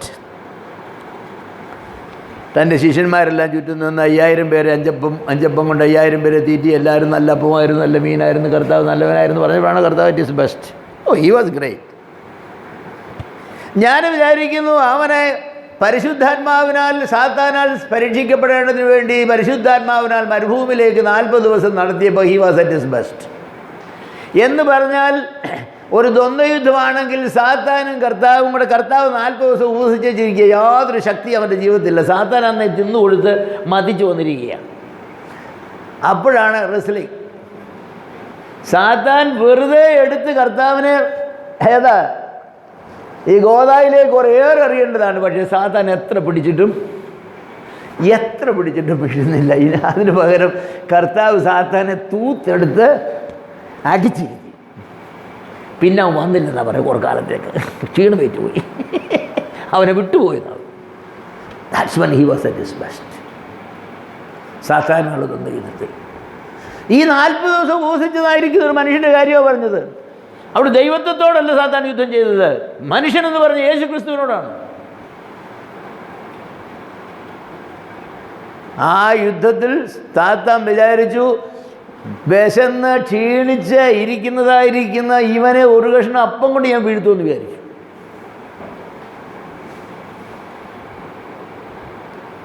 വീഴ്ത്താൻ സാധിച്ചില്ല. അപ്പോൾ ആ ശക്തി എവിടുന്ന് കിട്ടിയ ശക്തിയാണ്? പരിശുദ്ധാത്മാവിനെ ശക്തീകരിച്ചു, അല്ലാതെ എവിടുന്ന് കിട്ടിയ ശക്തിയാണ്? എൻ്റെ പ്രിയമുള്ളവരെ, I think the Lord was at his best. He fought against Satan. അതെ, അത് ഗത്സമനത്തോട്ടത്തിലും കാണാം. സാത്താനുമായിട്ടുള്ള ഏറ്റുമുട്ടൽ എവിടെയെല്ലാം ഉണ്ടായോ ആ സ്ഥലങ്ങളിലെല്ലാം Christ was at his best. ഇയ്യോബിനെ പറ്റി പറ, ഇയ്യോബ് when was he at his best? ഇവെല്ലാം സന്തോഷമായി 10 മക്കളുമായിട്ട് ഇങ്ങനെ ആടും എല്ലാമായിട്ട് ഇങ്ങനെ ജീവിക്കുക. തൻ്റെ സ്നേഹിതന്മാരെല്ലാം വരുന്നു, പാർട്ടി നടക്കുന്നു, തിന്നു കുടിക്കുന്നു. അന്നാണോ സാത്താൻ്റെ കോട്ടിലോട്ട് എടുത്തിട്ട് കൊടുത്ത് സാത്താൻ അവിടെ ഇട്ട് തൊഴിച്ച് മടക്കി അടിച്ചെല്ലാം നശിപ്പിച്ച് ആകെപ്പാടെ ചൊറിയും പിടിച്ച് അവിടെ ഇരിക്കുകയാണ്. അപ്പോഴാണ് ഇയ്യോബ് അറ്റ് ഹിസ് ബെസ്റ്റ്. അവൻ എന്നെ കൊന്നാലും ഞാൻ അവന് വേണ്ടി കാത്തിരിക്കും. അങ്ങനെ ഒരു പ്രസ്താവന ഒരു മനുഷ്യന് പറയാൻ ഒക്കുമെങ്കിൽ അത് ഇയ്യോബിനാണ് പറഞ്ഞു. അവൻ എന്നെ കൊന്നാലും ഞാൻ അവന് വേണ്ടി കാത്തിരിക്കും. ഏതാ പരസ്പര വിരുദ്ധമായ കാര്യമാണ്. കൊന്നാൽ പിന്നെ അങ്ങനെ കാത്തിരിക്കുന്നത്? അവൻ എന്നെ കൊന്നില്ല, ഞാൻ അവന് വേണ്ടി കാത്തിരിക്കുമെന്നല്ലേ പറയേണ്ടത്? കൊന്നാലും കാത്തിരിക്കും എന്ന് പറഞ്ഞാൽ എന്താണ്? ആ വിശ്വാസം എന്ന് പറഞ്ഞാൽ അത്ര വലിയ വിശ്വാസമാണ്. സാത്താനൊന്നും അവനെ തോൽപ്പിക്കാനായിട്ട് കഴിഞ്ഞില്ല. സാത്താൻ പിന്നെ വന്നോന്നറിയില്ല. അവസാനം ആകെപ്പാടെ നാണക്കെട്ട് കുളിയും കുടിച്ച് അടിയും കൊണ്ട് സാത്താൻ പോയി, കരവും കൊടുത്തു. ഇയ്യോബ് ജയാളിയായിട്ട് ഇറങ്ങി വന്നു. 3 സ്നേഹിതന്മാർ അവിടെ നിന്ന് കുത്തി കുറേ നേരം കുത്തിയിരുന്നു. അവരോട് ഞാൻ പാപിയല്ല, ഞാൻ നിങ്ങൾ പറയുന്ന കാര്യമൊന്നും ചെയ്തില്ലെന്ന് പറയാൻ വേണ്ടി കുറേ ആവശ്യത്തിൽ കൂടുതൽ സംസാരിച്ചു. എങ്കിലും പറഞ്ഞു, നിങ്ങൾ എന്നെക്കുറിച്ച് വിഹിതമായത് എൻ്റെ ദാസന അയ്യോബ് സംസാരിച്ചതുപോലെ എന്നെക്കുറിച്ച് വിഹിതമായത് സംസാരിച്ചില്ലെന്നാണ്. Job was at his best. Job was at his best. John was at his best when he was in Isle of Patmos. Patmos ദ്വീപിലായിരുന്നപ്പോഴാണ് ഞാൻ പറഞ്ഞത്, ദൈവമക്കളെ ദൈവം ഉപയോഗിച്ചതായിരിക്കുന്ന ദൈവമക്കളൊക്കെ അവരുടെ ബെസ്റ്റായിരുന്നു എപ്പോഴാണെന്ന് ചോദിച്ചാൽ, അവരുടെ ശക്തി ത്യജിക്കുകയും കുറയുകയും ദൈവത്തിൻ്റെ ശക്തിയിൽ മാത്രം അവരാശ്രയിക്കുകയും ചെയ്തു. അവരുടെ കയ്യിലെ കാശ് കംപ്ലീറ്റ് തീർന്നു, ദൈവത്തിൻ്റെ സമ്പന്നതയിൽ മാത്രം അവരാശ്രയിച്ചു. അവരുടെ സാഹചര്യങ്ങളെല്ലാം അവർക്കെതിരെ വന്നു, ദൈവത്തിൽ മാത്രം അർപ്പിച്ചു. ആ സാഹചര്യത്തിലാണ് they are at his best. ആ ഒരു സാഹചര്യത്തിലേക്ക് നമ്മൾ വരണം. ലോകത്തിലെ ഏറ്റവും വലിയ കമൻട്രി എന്ന് ബൈബിളിൻ്റെ ഏറ്റവും ആദ്യത്തെ കംപ്ലീറ്റ് കമൻട്രി എന്ന് പറയുന്നത് പിന്നെ അദ്ദേഹത്തിൻ്റെയാണ് പേരുകൾ മാത്യു ഹെൻറി എഴുതിയ കമൻട്രിയാണ് ലോകത്തിൽ. സ്പർജൻ പറഞ്ഞു, sell your coat and buy Matthew Henry. നിങ്ങളുടെ കുപ്പായം വിറ്റേച്ച് മാത്യു ഹെൻറി വാങ്ങാൻ പറഞ്ഞു. അത് എഴുതിയതിനെക്കുറിച്ച് ഞാൻ വായിച്ചിട്ടുള്ളത്, എൻ്റെ ഭാര്യ ഒരു മാനസിക രോഗിയായി വെറും ഭ്രാന്തിയായിട്ട് തന്നെ കട്ടിലെ പിടിച്ചു കെട്ടിയിട്ടിരിക്കുകയാണ്. അവളെ ശുശ്രൂഷിക്കാനായിട്ട് അദ്ദേഹം ഒരു പാസ്റ്ററായിരുന്ന മനുഷ്യനാണ്. അദ്ദേഹത്തിന് ഒന്നും ചെയ്യാൻ എങ്ങും പോകാൻ വയ്യാതെ അവിടെ ഇരുന്നു ഭാര്യയെ നോക്കാനായിട്ട്. ആശ്വാസത്തിന് വേണ്ടി ബൈബിൾ എടുത്ത് വായിച്ചു. അന്നേരം ദൈവം കൊടുത്ത ചിന്തകളാണ്, കുറിച്ച ചിന്തകളാണ് മാത്യു ഹെൻറീസ് കമൻട്രി. അത്രയും നല്ല ചിന്തകൾ ലോകത്തിൽ ആർക്കും എഴുതാനായിട്ട് സാധിച്ചില്ല. കാരണം എന്താണ്? Mathew Henry was at his best when he was completely hopeless. വേറെ സഹായത്തിന് ആരുമില്ല, എങ്ങോട്ടും തിരിയാനില്ല. ഭ്രാന്തിയായിരിക്കുന്ന ഭാര്യയുടെ ശുശ്രൂഷിക്കാനായിട്ട് അവിടെ ഇരിക്കുന്നു. ആശ്വാസത്തിന് വേണ്ടി ബൈബിൾ വായിക്കുന്നു. ആശ്വാസം മാനുഷികമായി പറഞ്ഞാൽ ഒരാശ്വാസവുമില്ല. ഒരു ഭ്രാന്തിയായ ഭാര്യയ്ക്ക് എന്താ ആശ്വാസം തരാൻ കഴിയും? അങ്ങനെയൊക്കെയാണ് ദൈവം ചില മനുഷ്യരെയൊക്കെ ആക്കിയിരിക്കുന്നത്. നമ്മുടെ ജീവിതത്തിലും നമ്മൾക്ക് ഒന്നുമില്ലാതെ നമ്മളങ്ങനെ ഒരു ഹോപ്പ്ലെസ് ഹെൽപ്ലെസ് സ്ട്രെങ്ത് പോയി എനിക്കിനി ഒന്നും ചെയ്യാനായിട്ട് സാധിക്കില്ല എന്ന് പറയുന്നതായിരിക്കുന്ന ഒരു സാഹചര്യത്തിലാണ് നമ്മുടെ ബെസ്റ്റ് വരുന്നത്. എൻ്റെ പ്രിയമുള്ളവരെ, അതുകൊണ്ട് താഴ്ത്തുക എന്നാണ് ഞാൻ പറയുന്നത്. താഴ്ത്തുക. നിങ്ങൾ ചിലതൊക്കെ ആണെന്ന് നിങ്ങൾ വിചാരിക്കരുത്. നാലാമത് ഞാൻ പറയാനായിട്ട് ആഗ്രഹിക്കുന്നത്, ഒരു ദൈവദാസൻ he is at his best when under trial or trouble, pain or persecution. He resorts to God in prayer and accepts God's answer. തൻ്റെ കഷ്ടതയിലും തൻ്റെ വേദനയിലും തൻ്റെ ദാരിദ്ര്യത്തിലും തൻ്റെ പ്രയാസങ്ങളിലും തൻ ദൈവത്തിങ്കിലേക്ക് തിരിഞ്ഞ് ദൈവം നൽകുന്ന ഉത്തരം സ്വീകരിക്കുമ്പോഴാണ് അവൻ അറ്റ് ഹിസ് ബെസ്റ്റ്. പൗലോസിന് ഇതുണ്ടായപ്പോൾ പൗലോസ് എന്താ ചെയ്തത്? പൗലോസ് പ്രാർത്ഥിച്ച് ഒരുപാട് കാര്യങ്ങൾ നേടിയിട്ടുള്ളൊരു മനുഷ്യനാണ്. തൻ്റെ പ്രാർത്ഥനയും പൗലോസിൻ്റെ പ്രാർത്ഥന ലേഖനങ്ങളിലുണ്ട്. എന്തോ ഒരു വലിയ പ്രാർത്ഥനകളാണ് പൗലോസിൻ്റെ പ്രാർത്ഥന. എത്ര കമൻട്രി അതേക്കുറിച്ച്, എത്ര പുസ്തകങ്ങൾ എഴുതാം പോൾസ് പ്രേയറിനെ കുറിച്ച്. പക്ഷേ ആ പൗലോസ് ആത്മാർത്ഥമായി ഉപവസിച്ച് 3 പ്രാവശ്യം ദൈവത്തോട് പ്രാർത്ഥിച്ചു. യാതൊരു പ്രയോജനം ഉണ്ടായില്ലെന്ന് പറയുന്നത് തെറ്റാകാനും പ്രയോജനം ഉണ്ടായി. പക്ഷേ ചോദിച്ചത് കിട്ടിയില്ല. കിട്ടിയോ? എന്തായിരുന്നു ചോദിച്ചത്? ഈ സാത്താൻ്റെ ദൂതനെ നീങ്ങിപ്പോണമെന്ന് പറഞ്ഞു. 3 പ്രാവശ്യം പ്രാർത്ഥിച്ചു. 3 പ്രാവശ്യം എന്ന് പറഞ്ഞാൽ നമ്മൾ പ്രാർത്ഥിക്കുന്ന പോലുള്ള 3 പ്രാവശ്യത്തെ പ്രാർത്ഥനയല്ല. പൗലോസ് ആഴ്ചകൾ ഉപവസിച്ചൊരു പക്ഷേ പ്രാർത്ഥിച്ചു. വേദന കൊണ്ട് അങ്ങനെ ഞരങ്ങി പ്രാർത്ഥിച്ചു. എങ്ങനെയെങ്കിലും എൻ്റെ കർത്താവേ ഇതൊന്ന് മാറ്റിത്തരണമേ എന്ന് പ്രാർത്ഥിച്ചു. 3ാമത്തെ പ്രാർത്ഥന കഴിഞ്ഞപ്പോഴായിരിക്കും പറഞ്ഞു, നോ പോൾ, ഇത് മാറുകയില്ല, ഇത് തുടർന്നും ഉണ്ടായിക്കൊണ്ടിരിക്കും. നിന്നെ വിനയപ്പെടുത്താൻ ഇതാണ് എൻ്റെ മാർഗം. പക്ഷേ നീ ചോദിച്ചത് ഞാൻ തരുമില്ല, ഞാൻ ഇച്ഛിച്ചത് നിനക്ക് തരാം, എൻ്റെ കൃപ. നമ്മൾ പല കാര്യങ്ങളും ദൈവത്തോട് ചോദിക്കും. ദൈവം നമ്മുടെ ആഗ്രഹം എന്താണ്? ചോദിച്ചത് തന്നെ തരണം. ചോദിച്ചത് തന്നെ തരണം, ഇല്ലേ? ചോദിച്ചത് കിട്ടിയില്ല, എന്തോ ഒരു ബുദ്ധിമുട്ടാണ്. ദൈവത്തോടും പിണങ്ങും, ദൂതന്മാരോടും പിണങ്ങും, നമ്മോട് തന്നെ പിണങ്ങും. പൗലോസ് 3 പ്രാവശ്യം വേദന കൊണ്ട് ആത്മാർത്ഥമായ ഒരു സാഹചര്യമാണ്. ഇതെങ്ങനെയെങ്കിലും നീങ്ങിക്കിട്ടണം. കർത്താവിൻ്റെ ദാസന് വേല ചെയ്യണം. ലോകം മുഴുവൻ പോയി സുവിശേഷം പ്രസംഗിക്കണം. ഈ എടുത്തിട്ട് മർദ്ദിച്ച് ഇങ്ങനെ അവശനാക്കിയിരിക്കുന്നതായിരിക്കും മനുഷ്യനെ എങ്ങനെയാണ് ഈ ലോകം മുഴുവൻ നടന്ന് സുവിശേഷം പ്രസംഗിക്കുന്നത്? കർത്താവേ, ഇല്ല, കൃപ. കൃപ. എന്താ ഈ കൃപയെന്ന് പറഞ്ഞാൽ?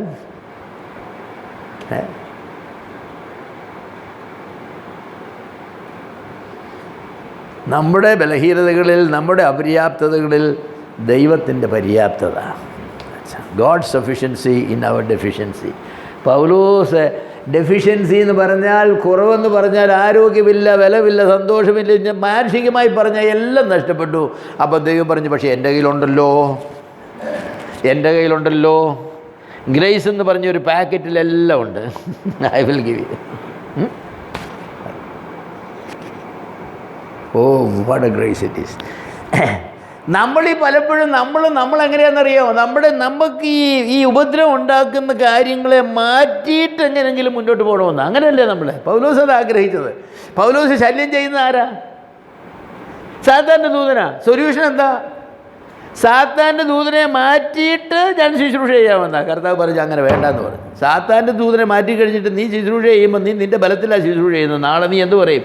ഞാൻ സാധിച്ചെന്ന് പറയും. വേണ്ട, നിന്നെ ശല്യപ്പെടുത്തുന്ന ദൂതനെ അവിടെ നിന്ന് അവൻ നിന്നെ കുത്തിക്കൊണ്ടിരിക്കും. ആ കുത്തിക്കൊണ്ടിരിക്കുന്ന കൊണ്ട് എൻ്റെ കൃപ നീ സമാഹരിച്ചുകൊണ്ട് നിനക്ക് ചെയ്യാൻ കഴിയുമെങ്കിൽ അതാണ് എൻ്റെ മാർഗമെന്ന് പറഞ്ഞു.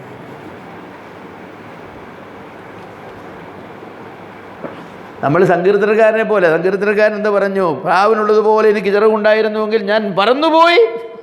എവിടെ? ഹിമാലയ പർവ്വതത്തിന് വേളിപ്പോയിരുന്നതിന് ഒരു മനുഷ്യനും ഇല്ലാത്തിടത്ത്. വല്ലപ്പോഴും ആരെങ്കിലും കയറി വന്നെങ്കിലാ അല്ലേ ഉള്ളൂ, ശല്യമില്ല. കർത്താവ് പറഞ്ഞു, അങ്ങനെ ഒരു പരിപാടി എനിക്കില്ലെന്ന് പറഞ്ഞു. നിനക്ക് ചിറക് തരില്ലെന്ന് പറഞ്ഞു. നിനക്ക് പറക്കാൻ വയ്യാത്തത് നിന്നെ കൊണ്ടുവരും. അതാണ് a man of God is at his best when in troubles and trials and pain and persecution he resorts to God in prayer, but he accepts God's answer as the final answer. 3 പ്രാവശ്യം പ്രാർത്ഥിച്ചു. ദൈവം 3 പ്രാവശ്യം പറഞ്ഞോന്ന് എനിക്കറിയില്ല എൻ്റെ കൃപ മതി, അതോ 3ാമത്തെ പ്രാവശ്യമാണോ ആയിട്ടില്ല. കർത്താവ് പറഞ്ഞ എൻ്റെ കൃപ മതി. പൗലോസ് കൃപയെക്കുറിച്ചൊക്കെ ഒത്തിരി എഴുതിയിട്ടുള്ള ആളാണ്, കൃപയുള്ള രക്ഷയെക്കുറിച്ചും ഒക്കെ എഴുതിയിട്ടുള്ള ആളാണ്. പക്ഷേ അത് വേറൊരു കാര്യമാണ്. ജീവിക്കാനുള്ള കൃപയല്ല എഴുതിയത്, അതൊക്കെ രക്ഷപ്പെടാനുള്ള കൃപയെക്കുറിച്ചാണ് എഴുതിയത്. പ്രസംഗിക്കുന്നത് ഒരു വഴിക്ക്, ജീവിക്കാൻ വരുമ്പോൾ അത് വേറൊരു വഴിക്ക്. അപ്പോഴാണ് ഈ കൃപ വേണ്ടത്.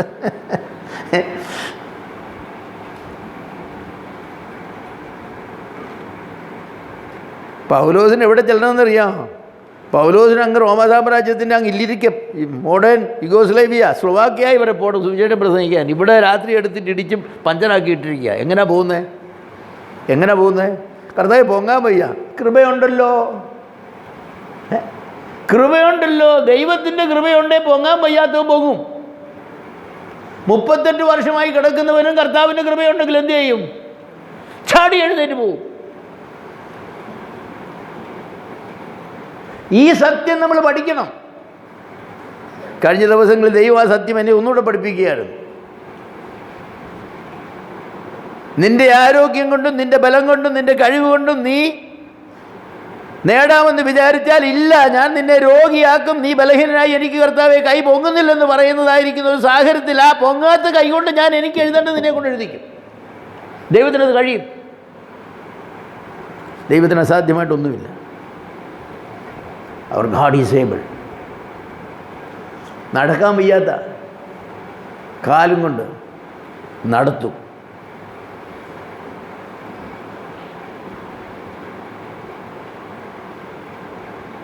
ദൈവം ഇത് നമ്മൾ പഠിക്കണം. ഇതങ്ങോട്ട് പഠിക്കാനായിട്ട് my grace is sufficient for thee, for my strength is made perfect in weakness. Paulos, എൻ്റെ ശക്തി പെർഫെക്റ്റായിട്ട് നിന്നിൽ കാണിക്കണമെന്ന് വിചാരിക്കുന്നു, എനിക്ക് കാണിക്കാൻ സാധിക്കുന്നില്ല. കാരണം എന്താണെന്നറിയാമോ? ഈ ബോക്സിങ്ങിൽ, റെസ്ലിങ്ങിലൊക്കെ ഈ റഫറി വന്നിരിങ്ങനെ കൈ ഇങ്ങനെ പിടിച്ച് 3 പ്രാവശ്യം ഇടും. എന്താണെന്നറിയാം? അവന് കൈ പൊക്കാൻ വയ്യായെങ്കിൽ അടിയെന്ന് പറയും, മണി. കർത്താവ് അതുപോലെയാണ്. കർത്താവ് പൗലോസിൻ്റെ കൈ ഇങ്ങനെ പോക്കി, കർത്താവ് പോക്കാതെ ഇങ്ങോട്ട് വിളിക്കും. ആയില്ല, നിനക്കായില്ല. സുല്ല് വിളിക്കുകയെന്ന് പറയുമ്പോൾ ചെറുപ്പത്തിൽ ഓടുന്നുണ്ട്. സുല്ല് വിളിക്കുക, കബഡിയൊക്കെ കളിക്കുമ്പോഴേ. സുല്ല് വിളിക്കുന്നത് എപ്പോഴാണ് സുല്ല് വിളിക്കുന്നത്? ദൈവം തമ്പുരാനൊരു സുല്ല് വിളിപ്പിക്കുന്നുണ്ട്. പൗലോസിൻ്റെ കൈ പൊക്കുമ്പോൾ പൗലോസ് ഇച്ചിരി ശക്തി ഉള്ളതുകൊണ്ട് കർത്താവ് പോകുമ്പോട്ട് പൊക്കുമ്പോൾ ഇങ്ങോട്ട് വിളിക്കും. ആയില്ലടാ, ഒരു പ്രാവശ്യം കൂടെ എടുത്തിട്ട് കുത്തയവനെ എടുത്തിട്ട് കുത്തി കൈ. ഇനി ഞാൻ എൻ്റെ ശക്തി കടത്തിവിടാൻ പോവാം കേട്ടോ. ഇനി എൻ്റെ ശക്തി കടത്തിവിടാൻ പോവാം. ഇതൊക്കെ പ്രാക്ടിക്കൽ ക്രിസ്ത്യാനിറ്റിയാണ്. ഇതൊക്കെയാണ് ഒരു ദൈവദാസൻ്റെ ക്രിസ്ത്യ ജീവിതത്തിലെ ശുശ്രൂഷകളുടെ രഹസ്യമെന്ന് പറഞ്ഞാൽ. നമ്മളൊക്കെ എന്താണ്, നമുക്കൊരു രോഗവുമില്ല, നമുക്കൊരു ബുദ്ധിമുട്ടുമില്ല, നമുക്കൊരു പ്രയാസവുമില്ല, അല്ലേ? നമ്മുടെ ഭാര്യയ്ക്ക് ഒരു അസുഖമില്ല, നമ്മൾ ആഗ്രഹിക്കുന്ന എല്ലാം ഉണ്ട്. നമുക്ക് എന്താ ഉള്ളത്? നമ്മളെ കൊണ്ട് വലിയ കാര്യവും കാര്യമായിട്ടൊന്നും നടക്കുന്നുമില്ല. അത് സത്യമത.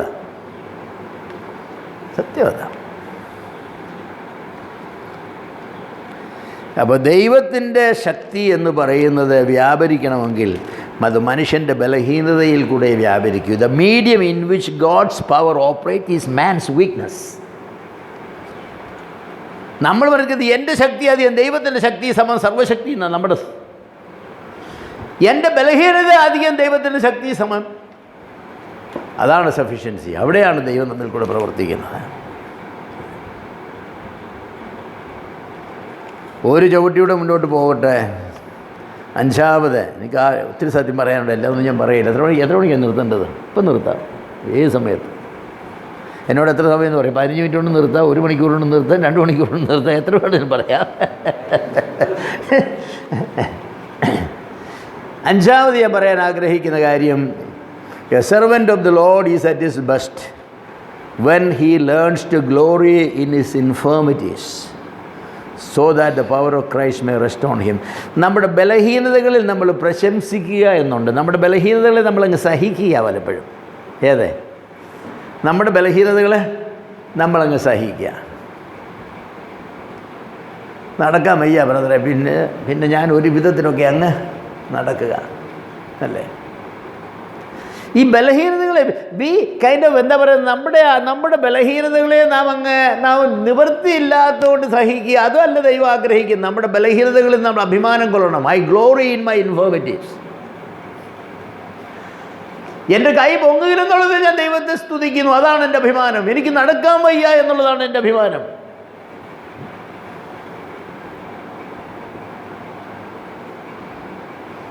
മസ്കുലർ ഡിസ്ട്രോഫിയൊക്കെ പിടിച്ച് ആ മനുഷ്യൻ ഇങ്ങനെയല്ലായിരുന്നു ഇരുന്നത്. എന്നിട്ട് വല്ല കുറവും വന്നോ? ഒരു കുറവും വന്നില്ലേക്ക്. ലോകത്തിലെ ഏറ്റവും വലിയ മൈൻഡായിട്ടുള്ള അക്സെപ്റ്റ് ചെയ്തില്ലേ? പൗലോസ് അപ്പോസ്തലനെ നമ്മളാരും കണ്ടിട്ടില്ല. പൗലോസിനെ പറ്റി തെൽമ ആൻഡ് പോൾ എന്നും പറഞ്ഞൊരു ആദ്യത്തെ നാടകം, അതിലാണ് പൗലോസിനെ ആദ്യം അങ്ങനെ വിവരിച്ചിരിക്കുന്നത്. അതിൻ്റെ അകത്ത് പറയുന്നത്, വളരെ ഷോർട്ടാണ് ആൾ, കാലിങ്ങനെ പോലെ അമ്പ് പോലെ ഇങ്ങനെ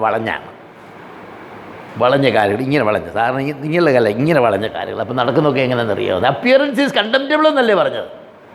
അങ്ങനെയാണ്. ആരാ പറഞ്ഞത്? കൊരിന്ത്യൻസ് ആരാ പറഞ്ഞു? പോൾ അപ്പിയറൻസ് ഈസ് കണ്ടംപ്റ്റബിൾ, കണ്ടാൽ നിന്ദ്യമാണെന്ന് പറഞ്ഞു. ഒരു മനുഷ്യൻ രണ്ടാമത് ഒന്നുകൂടെ നോക്കുകയില്ലെന്ന് പറഞ്ഞു. ആരാണ്ട് പറയുന്നത് കണ്ണൊക്കെ ഇങ്ങനെ വരും, ചിലപ്പോൾ പഴയ ജീപ്പിൻ്റെ ലൈറ്റ് പോലെ ഇങ്ങനെ ഇരിക്കുന്നുണ്ട് കണ്ണുകളും, വലിയൊരു നെറ്റി, ഇത്രയുള്ളൊരു തല, അതിന് ഇത്രയുള്ളൊരു നെറ്റി, ഒരു ചെറിയ മൂക്കും, എല്ലാം കൂടി ഇങ്ങനെ കണ്ടാലേ ആകപ്പാടെ അറിയില്ല അങ്ങനെയായിരുന്നു എന്ന്. അതിൻ്റെ അകത്തത്തെ അങ്ങനെയാണ്. സുന്ദരനായിരുന്നില്ല അത്, അങ്ങനെ യാതൊരു ഇതുമില്ല. പക്ഷേ പൗലോസ് ദൈവം തന്നെ അങ്ങനെയാണ് സൃഷ്ടിച്ചത്, അല്ലെങ്കിൽ അടിയും തല്ലും കൊണ്ട് അങ്ങനെ ആക്കിയെന്നുള്ളതിൽ അഭിമാനം കൊള്ളുന്ന ഒരാളാണ്. നമ്മൾ നമ്മുടെ ബലഹീനതകളെ മറച്ചു വയ്ക്കാനായിട്ട് ശ്രമിക്കുമില്ലേ? ഇവിടെ ഒരു പാടുണ്ടെങ്കിൽ നമ്മളെപ്പോഴും നീളമുള്ള ഉടുപ്പേ ധരിക്കത്തുള്ളൂ, അങ്ങനെയല്ലേ? ഇവിടെ എങ്ങാനും ഉണ്ടെങ്കിൽ നമ്മളെപ്പോഴും ഈ ബട്ടൺ ഇട്ടു, ആരും കാണാൻ പാടില്ല. അതെ, ഇവിടെ എങ്ങാനും ഒരു പാട്ട് വന്നാൽ നമ്മൾ താടി വളർത്തും. കാരണം എന്താണ്? കവർ ചെയ്യണം, ആരും കാണാൻ പാടില്ല. അല്ല, ചെയ്യുന്നത് പാപമൊന്നുമല്ല, ഞാനങ്ങനെ ചെയ്യുന്നവരെ കുറ്റം പറയുകയല്ല. നമ്മുടെ ഒരു ടെൻഡൻസി എന്താണെന്ന് ചോദിച്ചാൽ, വിക്കുണ്ടെങ്കിൽ ആവോളം സംസാരിക്കാതിരിക്കാൻ നോക്കുമല്ലേ? EMS പറഞ്ഞ പോലെ ഇല്ലില്ല സംസാരിക്കുമ്പോൾ മാത്രമേ വിക്കുള്ളൂ എന്ന് ഇന്ദിരാഗാന്ധിയോട് പറഞ്ഞ പോലെ, സംസാരിച്ചെങ്കിലല്ലേ വിക്കുണ്ടെന്ന് അറിയത്തുള്ളൂ. അപ്പോൾ മിണ്ടാതിരുന്നാൽ അതുപോലെ സൈലൻസ് ഈസ് ഗോൾഡൻ എന്ന് പറയുള്ളൂ. പക്ഷേ പൗലോസ് അങ്ങനെയല്ല. പൗലോസ് തൻ്റെ ബലഹീനതകളിൽ പ്രശംസിക്കുന്നു. നോക്കിക്കേ, എന്നെ നോക്കിക്കേ, ഇന്നലെ രാത്രി ഭൂതം എടുത്തിട്ട് ഇടിച്ചാൻ തോന്നുമോ?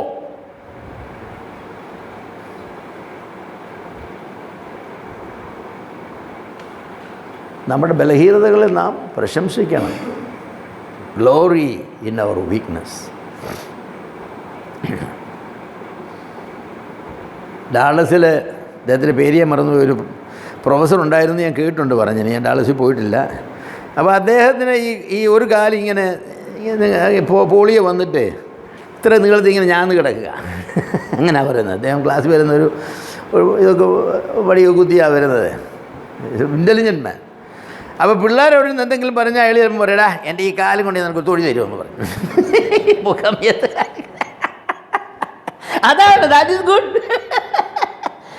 He is proud about that. He is proud about that.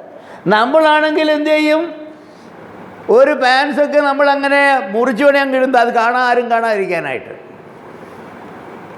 അങ്ങനെ ഒരു ബലഹീനത ഉള്ളതായിട്ട് നമ്മൾ ആരോടും പറയില്ല. We don't glory in our weaknesses.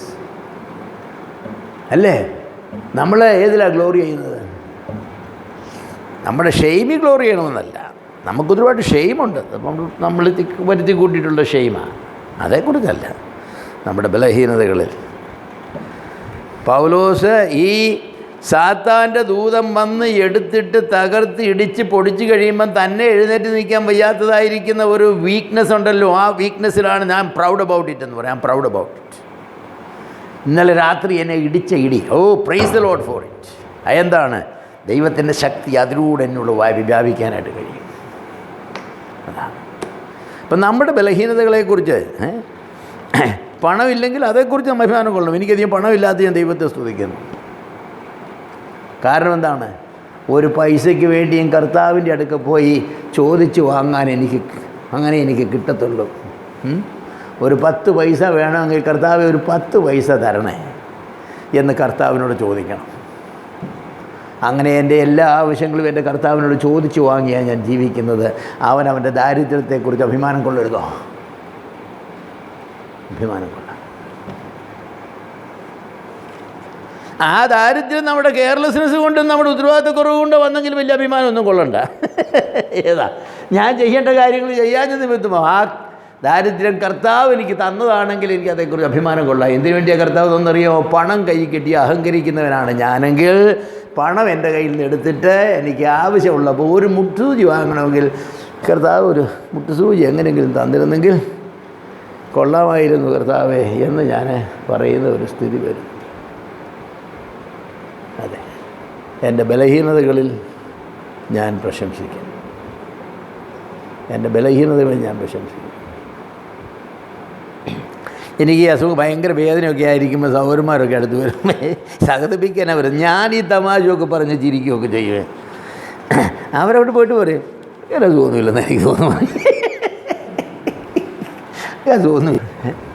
അത് മനുഷ്യൻ്റെ സഹതാപം നേടാൻ വേണ്ടിയാണ്. അത് ചെയ്യാൻ എനിക്ക് കഴിയും. എൻ്റെ ഭാര്യയ്ക്ക് ഒരു കണ്ണില്ലെന്നുള്ള കാര്യം, കണ്ണ് കാണില്ലെന്നുള്ള കാര്യം വളരെ ചുരുക്കം ആളുകൾക്ക് അറിയത്തുള്ളൂ. എപ്പോഴും അങ്ങനെ പറഞ്ഞുകൊണ്ടിരിക്കണം. ഒരു കറുത്ത പാടുമൊക്കെ വെച്ച് എൻ്റെ കണ്ണാടിയൊക്കെ ഇങ്ങനെ വെച്ച് ഏതിനാ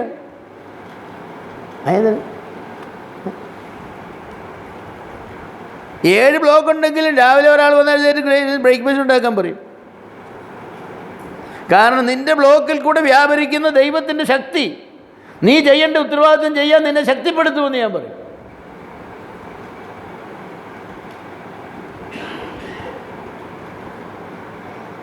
ഒരു ബ്ലോക്ക് ഉണ്ടെങ്കിൽ 2 ബ്ലോക്ക് അകലെയാണ് പിന്നെ നിൽക്കുന്നത് തന്നെ.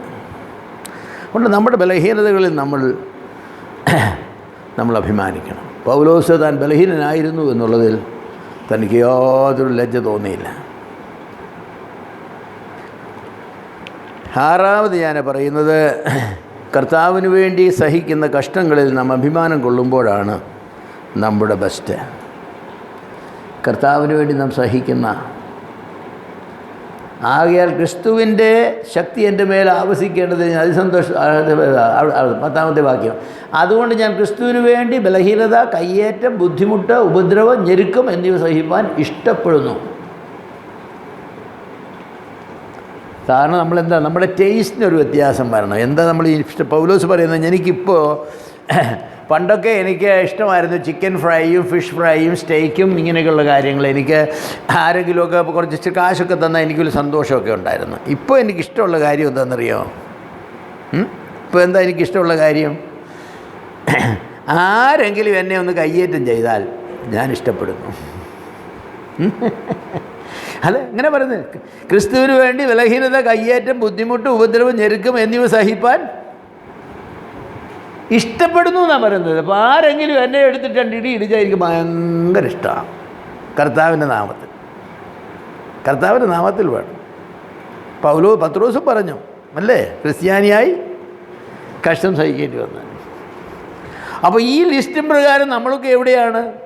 ക്രിസ്തുവിന് വേണ്ടി ബലഹീനത, കയ്യേറ്റം, ബുദ്ധിമുട്ട്, ഉപദ്രവം, ഞെരുക്കം എന്നിവ സഹിപ്പാൻ ഇഷ്ടപ്പെടുന്നു. ഇതിൽ ഒരൈറ്റമെങ്കിലും നമ്മൾ ആരെങ്കിലും ഇഷ്ടപ്പെടുന്നുണ്ടോ?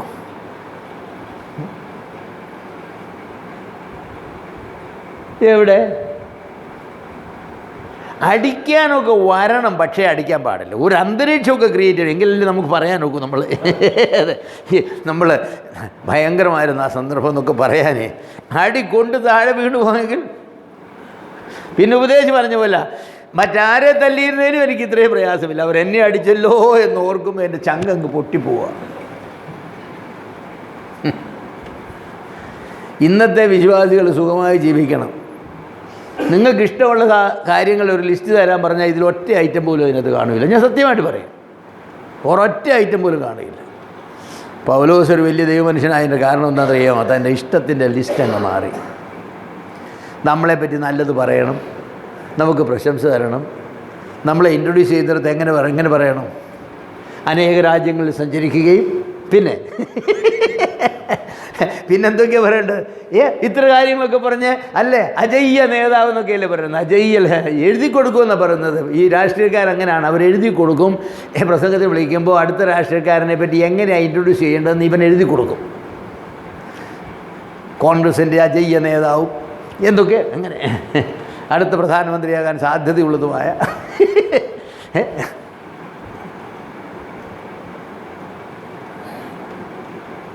എൻ്റെ സഹോദരന്മാർ, നമ്മുടെ ഇഷ്ടത്തിൻ്റെ ലിസ്റ്റൊന്നും മാറിയിരുന്നെങ്കിലെന്ന് ഞാൻ വിചാരിക്കുക. നമ്മളൊന്നും അവിടെ ആയില്ല, എങ്ങും ആയിട്ടില്ല. അവിടെയൊക്കെ അടുത്ത് ചെല്ലാനായിട്ട് നമ്മളെക്കൊണ്ട് നമ്മുടെ ജീവിതകാലം സാധിക്കുമെന്നറിയില്ല. കാരണം ഇതിൽ ഒരൈറ്റം ഇഷ്ടപ്പെട്ടിരുന്നെങ്കിൽ നമുക്ക് വല്ല പ്രത്യാശ ഉണ്ടായിരുന്നു നമ്മളെപ്പറ്റി. ഒരൈറ്റം. ഇനി തല്ലുപൊടിയൊക്കെ അങ്ങ് പോട്ടെ. ഞെരുക്കമെന്ന് പറഞ്ഞൊരു കാര്യമുണ്ടല്ലോ, ഞെരുക്കം. പലയിടത്തിലുള്ള ഞെരുക്കമുണ്ട്. ഇത് നമ്മൾ ഞെരുക്കമെന്ന് പറഞ്ഞാൽ എന്നാ? ബുദ്ധിമുട്ട് ഞെരുക്കുമെന്നൊക്കെ പറയില്ലേ അല്ലേ? രാവിലെ ഇങ്ങോട്ട് വരാനായിട്ട് നിങ്ങളെല്ലാം ഉടുപ്പിട്ട് നിൽക്കുക, വണ്ടിക്കുള്ളിക്ക് കാശില്ല. ദൈവം തരുമെന്ന് വിചാരിച്ച് നിങ്ങളങ്ങ് നടന്നു. എവിടെ നടന്നു?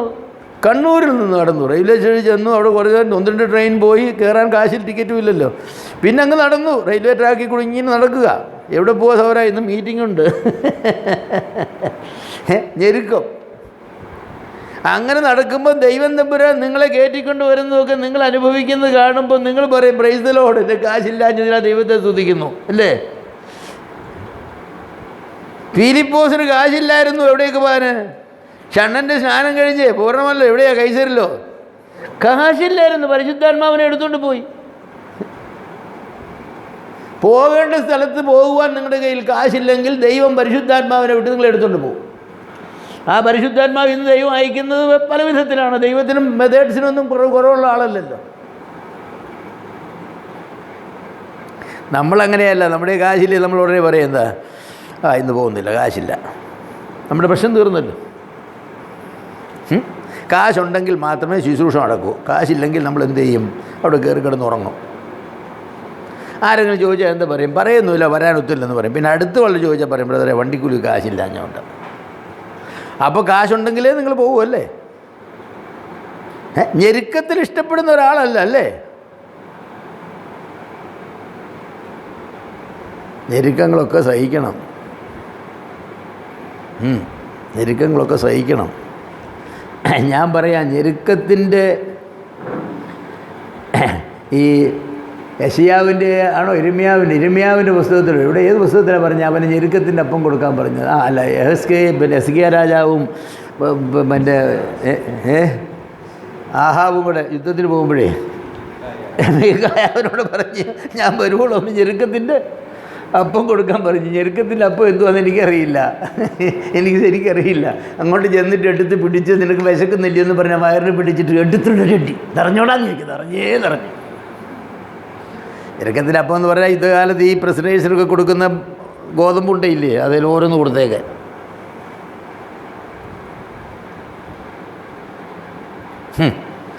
നമ്മുടെയൊക്കെ ക്രിസ്ത്യ ജീവിതം എന്ന് പറഞ്ഞാൽ എന്താ അല്ലേ? ദൈവദാസന്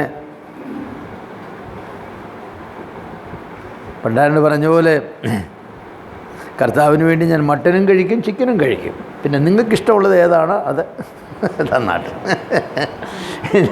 ഞങ്ങളൊക്കെ ഇങ്ങനെ കഷ്ടതയൊക്കെ സഹിച്ച് അല്ലേ മുന്നോട്ട് പോകുന്ന ആളുകളാണ്. അതെ, പൗലോസ് തൻ്റെ ടേസ്റ്റ് മാറി. എന്നിട്ട് താൻ അവസാനം പറഞ്ഞൊരു ബലഹീനനായിരിക്കുമ്പോൾ തന്നെ ഞാൻ അവിടെ ആകുന്നു എന്നാണ്. അത് കർത്താവ് പറയുന്നതല്ല, മറ്റേ ഈ പറയുന്ന കാര്യം ഞാൻ പ്രശംസിക്കും, ഇഷ്ടപ്പെടുന്നു, ശക്തനാകുന്നു. മറ്റൊക്കെ കർത്താവ് പറഞ്ഞു എന്നോട്, എൻ്റെ കൃപ നിനക്ക് മതി, എൻ്റെ ശക്തി ബലഹീനത തികഞ്ഞു വരുന്നു. അത് കർത്താവിൻ്റെ ഭാഗം. പൗലോസിൻ്റെ ഭാഗവും വളരെ ശരിയായി. ഇതെല്ലാം പൗലോസ് പറഞ്ഞു.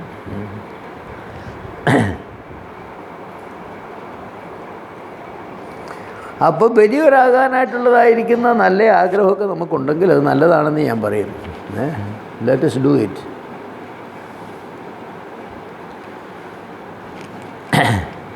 നമ്മുടെ ഫോർമുല ശരിയാകണം. എന്താ നമ്മുടെ formula? When I am weak then I am strong. ഇതാ നമ്മുടെ ഫോർമുല. സമവാക്യമേ, നമ്മുടെ സമവാക്യം എന്താ? When I am weak then I am weak, when I am strong then I am strong. പൗലോസിൻ്റെ സമവാക്യം എന്താ? When I am weak then I am strong, when I am poor then I am rich, when I am sad then I am glad. സമവാക്യങ്ങളൊക്കെ ഒന്ന് മാറ്റി എഴുതണം കേട്ടോ. അങ്ങനെ സമവാക്യങ്ങളൊക്കെ മാറ്റി എഴുതിയെങ്കിലേ നോക്കൂ. ഞാനെന്താ നിങ്ങളോട് പറഞ്ഞത്? നമ്മളൊക്കെ കർത്താവിൻ്റെ വേലയ്ക്ക് വേണ്ടി ഇറങ്ങിയ ആളുകളല്ലേ. ഇങ്ങനെയൊക്കെ തട്ടിമുട്ടി പോയാൽ മതിയോ? തട്ടിമുട്ടിയൊക്കെ പോയാൽ മതിയോ? മതി. എന്തെങ്കിലുമൊക്കെ ചെയ്തൊക്കെ തട്ടിമുട്ടി. നിങ്ങളിൽ ചിലരൊക്കെ വളരെയധികം കർത്താവിന് വേണ്ടി ഉപയോഗിക്കേണ്ട ആളുകളാണ്. പക്ഷേ ഉപയോഗിക്കണമെങ്കിൽ നിങ്ങളുടെ സിസ്റ്റമിക് വീക്ക്നെസ് ഉണ്ട്. അലസതയാകാം, കംഫർട്ടാകാം, സുഖലോലുപന്മാരാകാം, അഹങ്കാരികളാകാം, അഹംഭാവമുള്ളവരാകാം, എന്തിന് നിരാശപ്പെടുന്നവരാകാം, പ്രശംസയെ ജീവിക്കുന്നവരാകാം. ഒരുപാട് സിസ്റ്റമിക് വീക്ക്നെസ് ഉണ്ട്. കർത്താവ് അതൊക്കെ തകർക്കാൻ നമുക്ക് അവസരങ്ങൾ തരട്ടെ. നമ്മുടെ ജീവിതങ്ങളിൽ ഇടപെടട്ടെ. നമ്മുടെ ബലഹീനതകൾ കർത്താവിൻ്റെ ശക്തി വെളിപ്പെടുവാനുള്ള അവസരങ്ങളായി മാറട്ടെ. നമ്മുടെ ബലഹീനതയിൽ സന്തോഷിക്കുവാൻ ദൈവം നമുക്ക് കൃപ തരട്ടെ. അപ്പോൾ നമ്മുടെ മിനിസ്ട്രി, നമ്മുടെ സഭകളുമൊക്കെ മെച്ചമാകും. ദൈവത്തിൻ്റെ നാമം മഹത്വപ്പെടുമാറാകട്ടെ. ആമേൻ.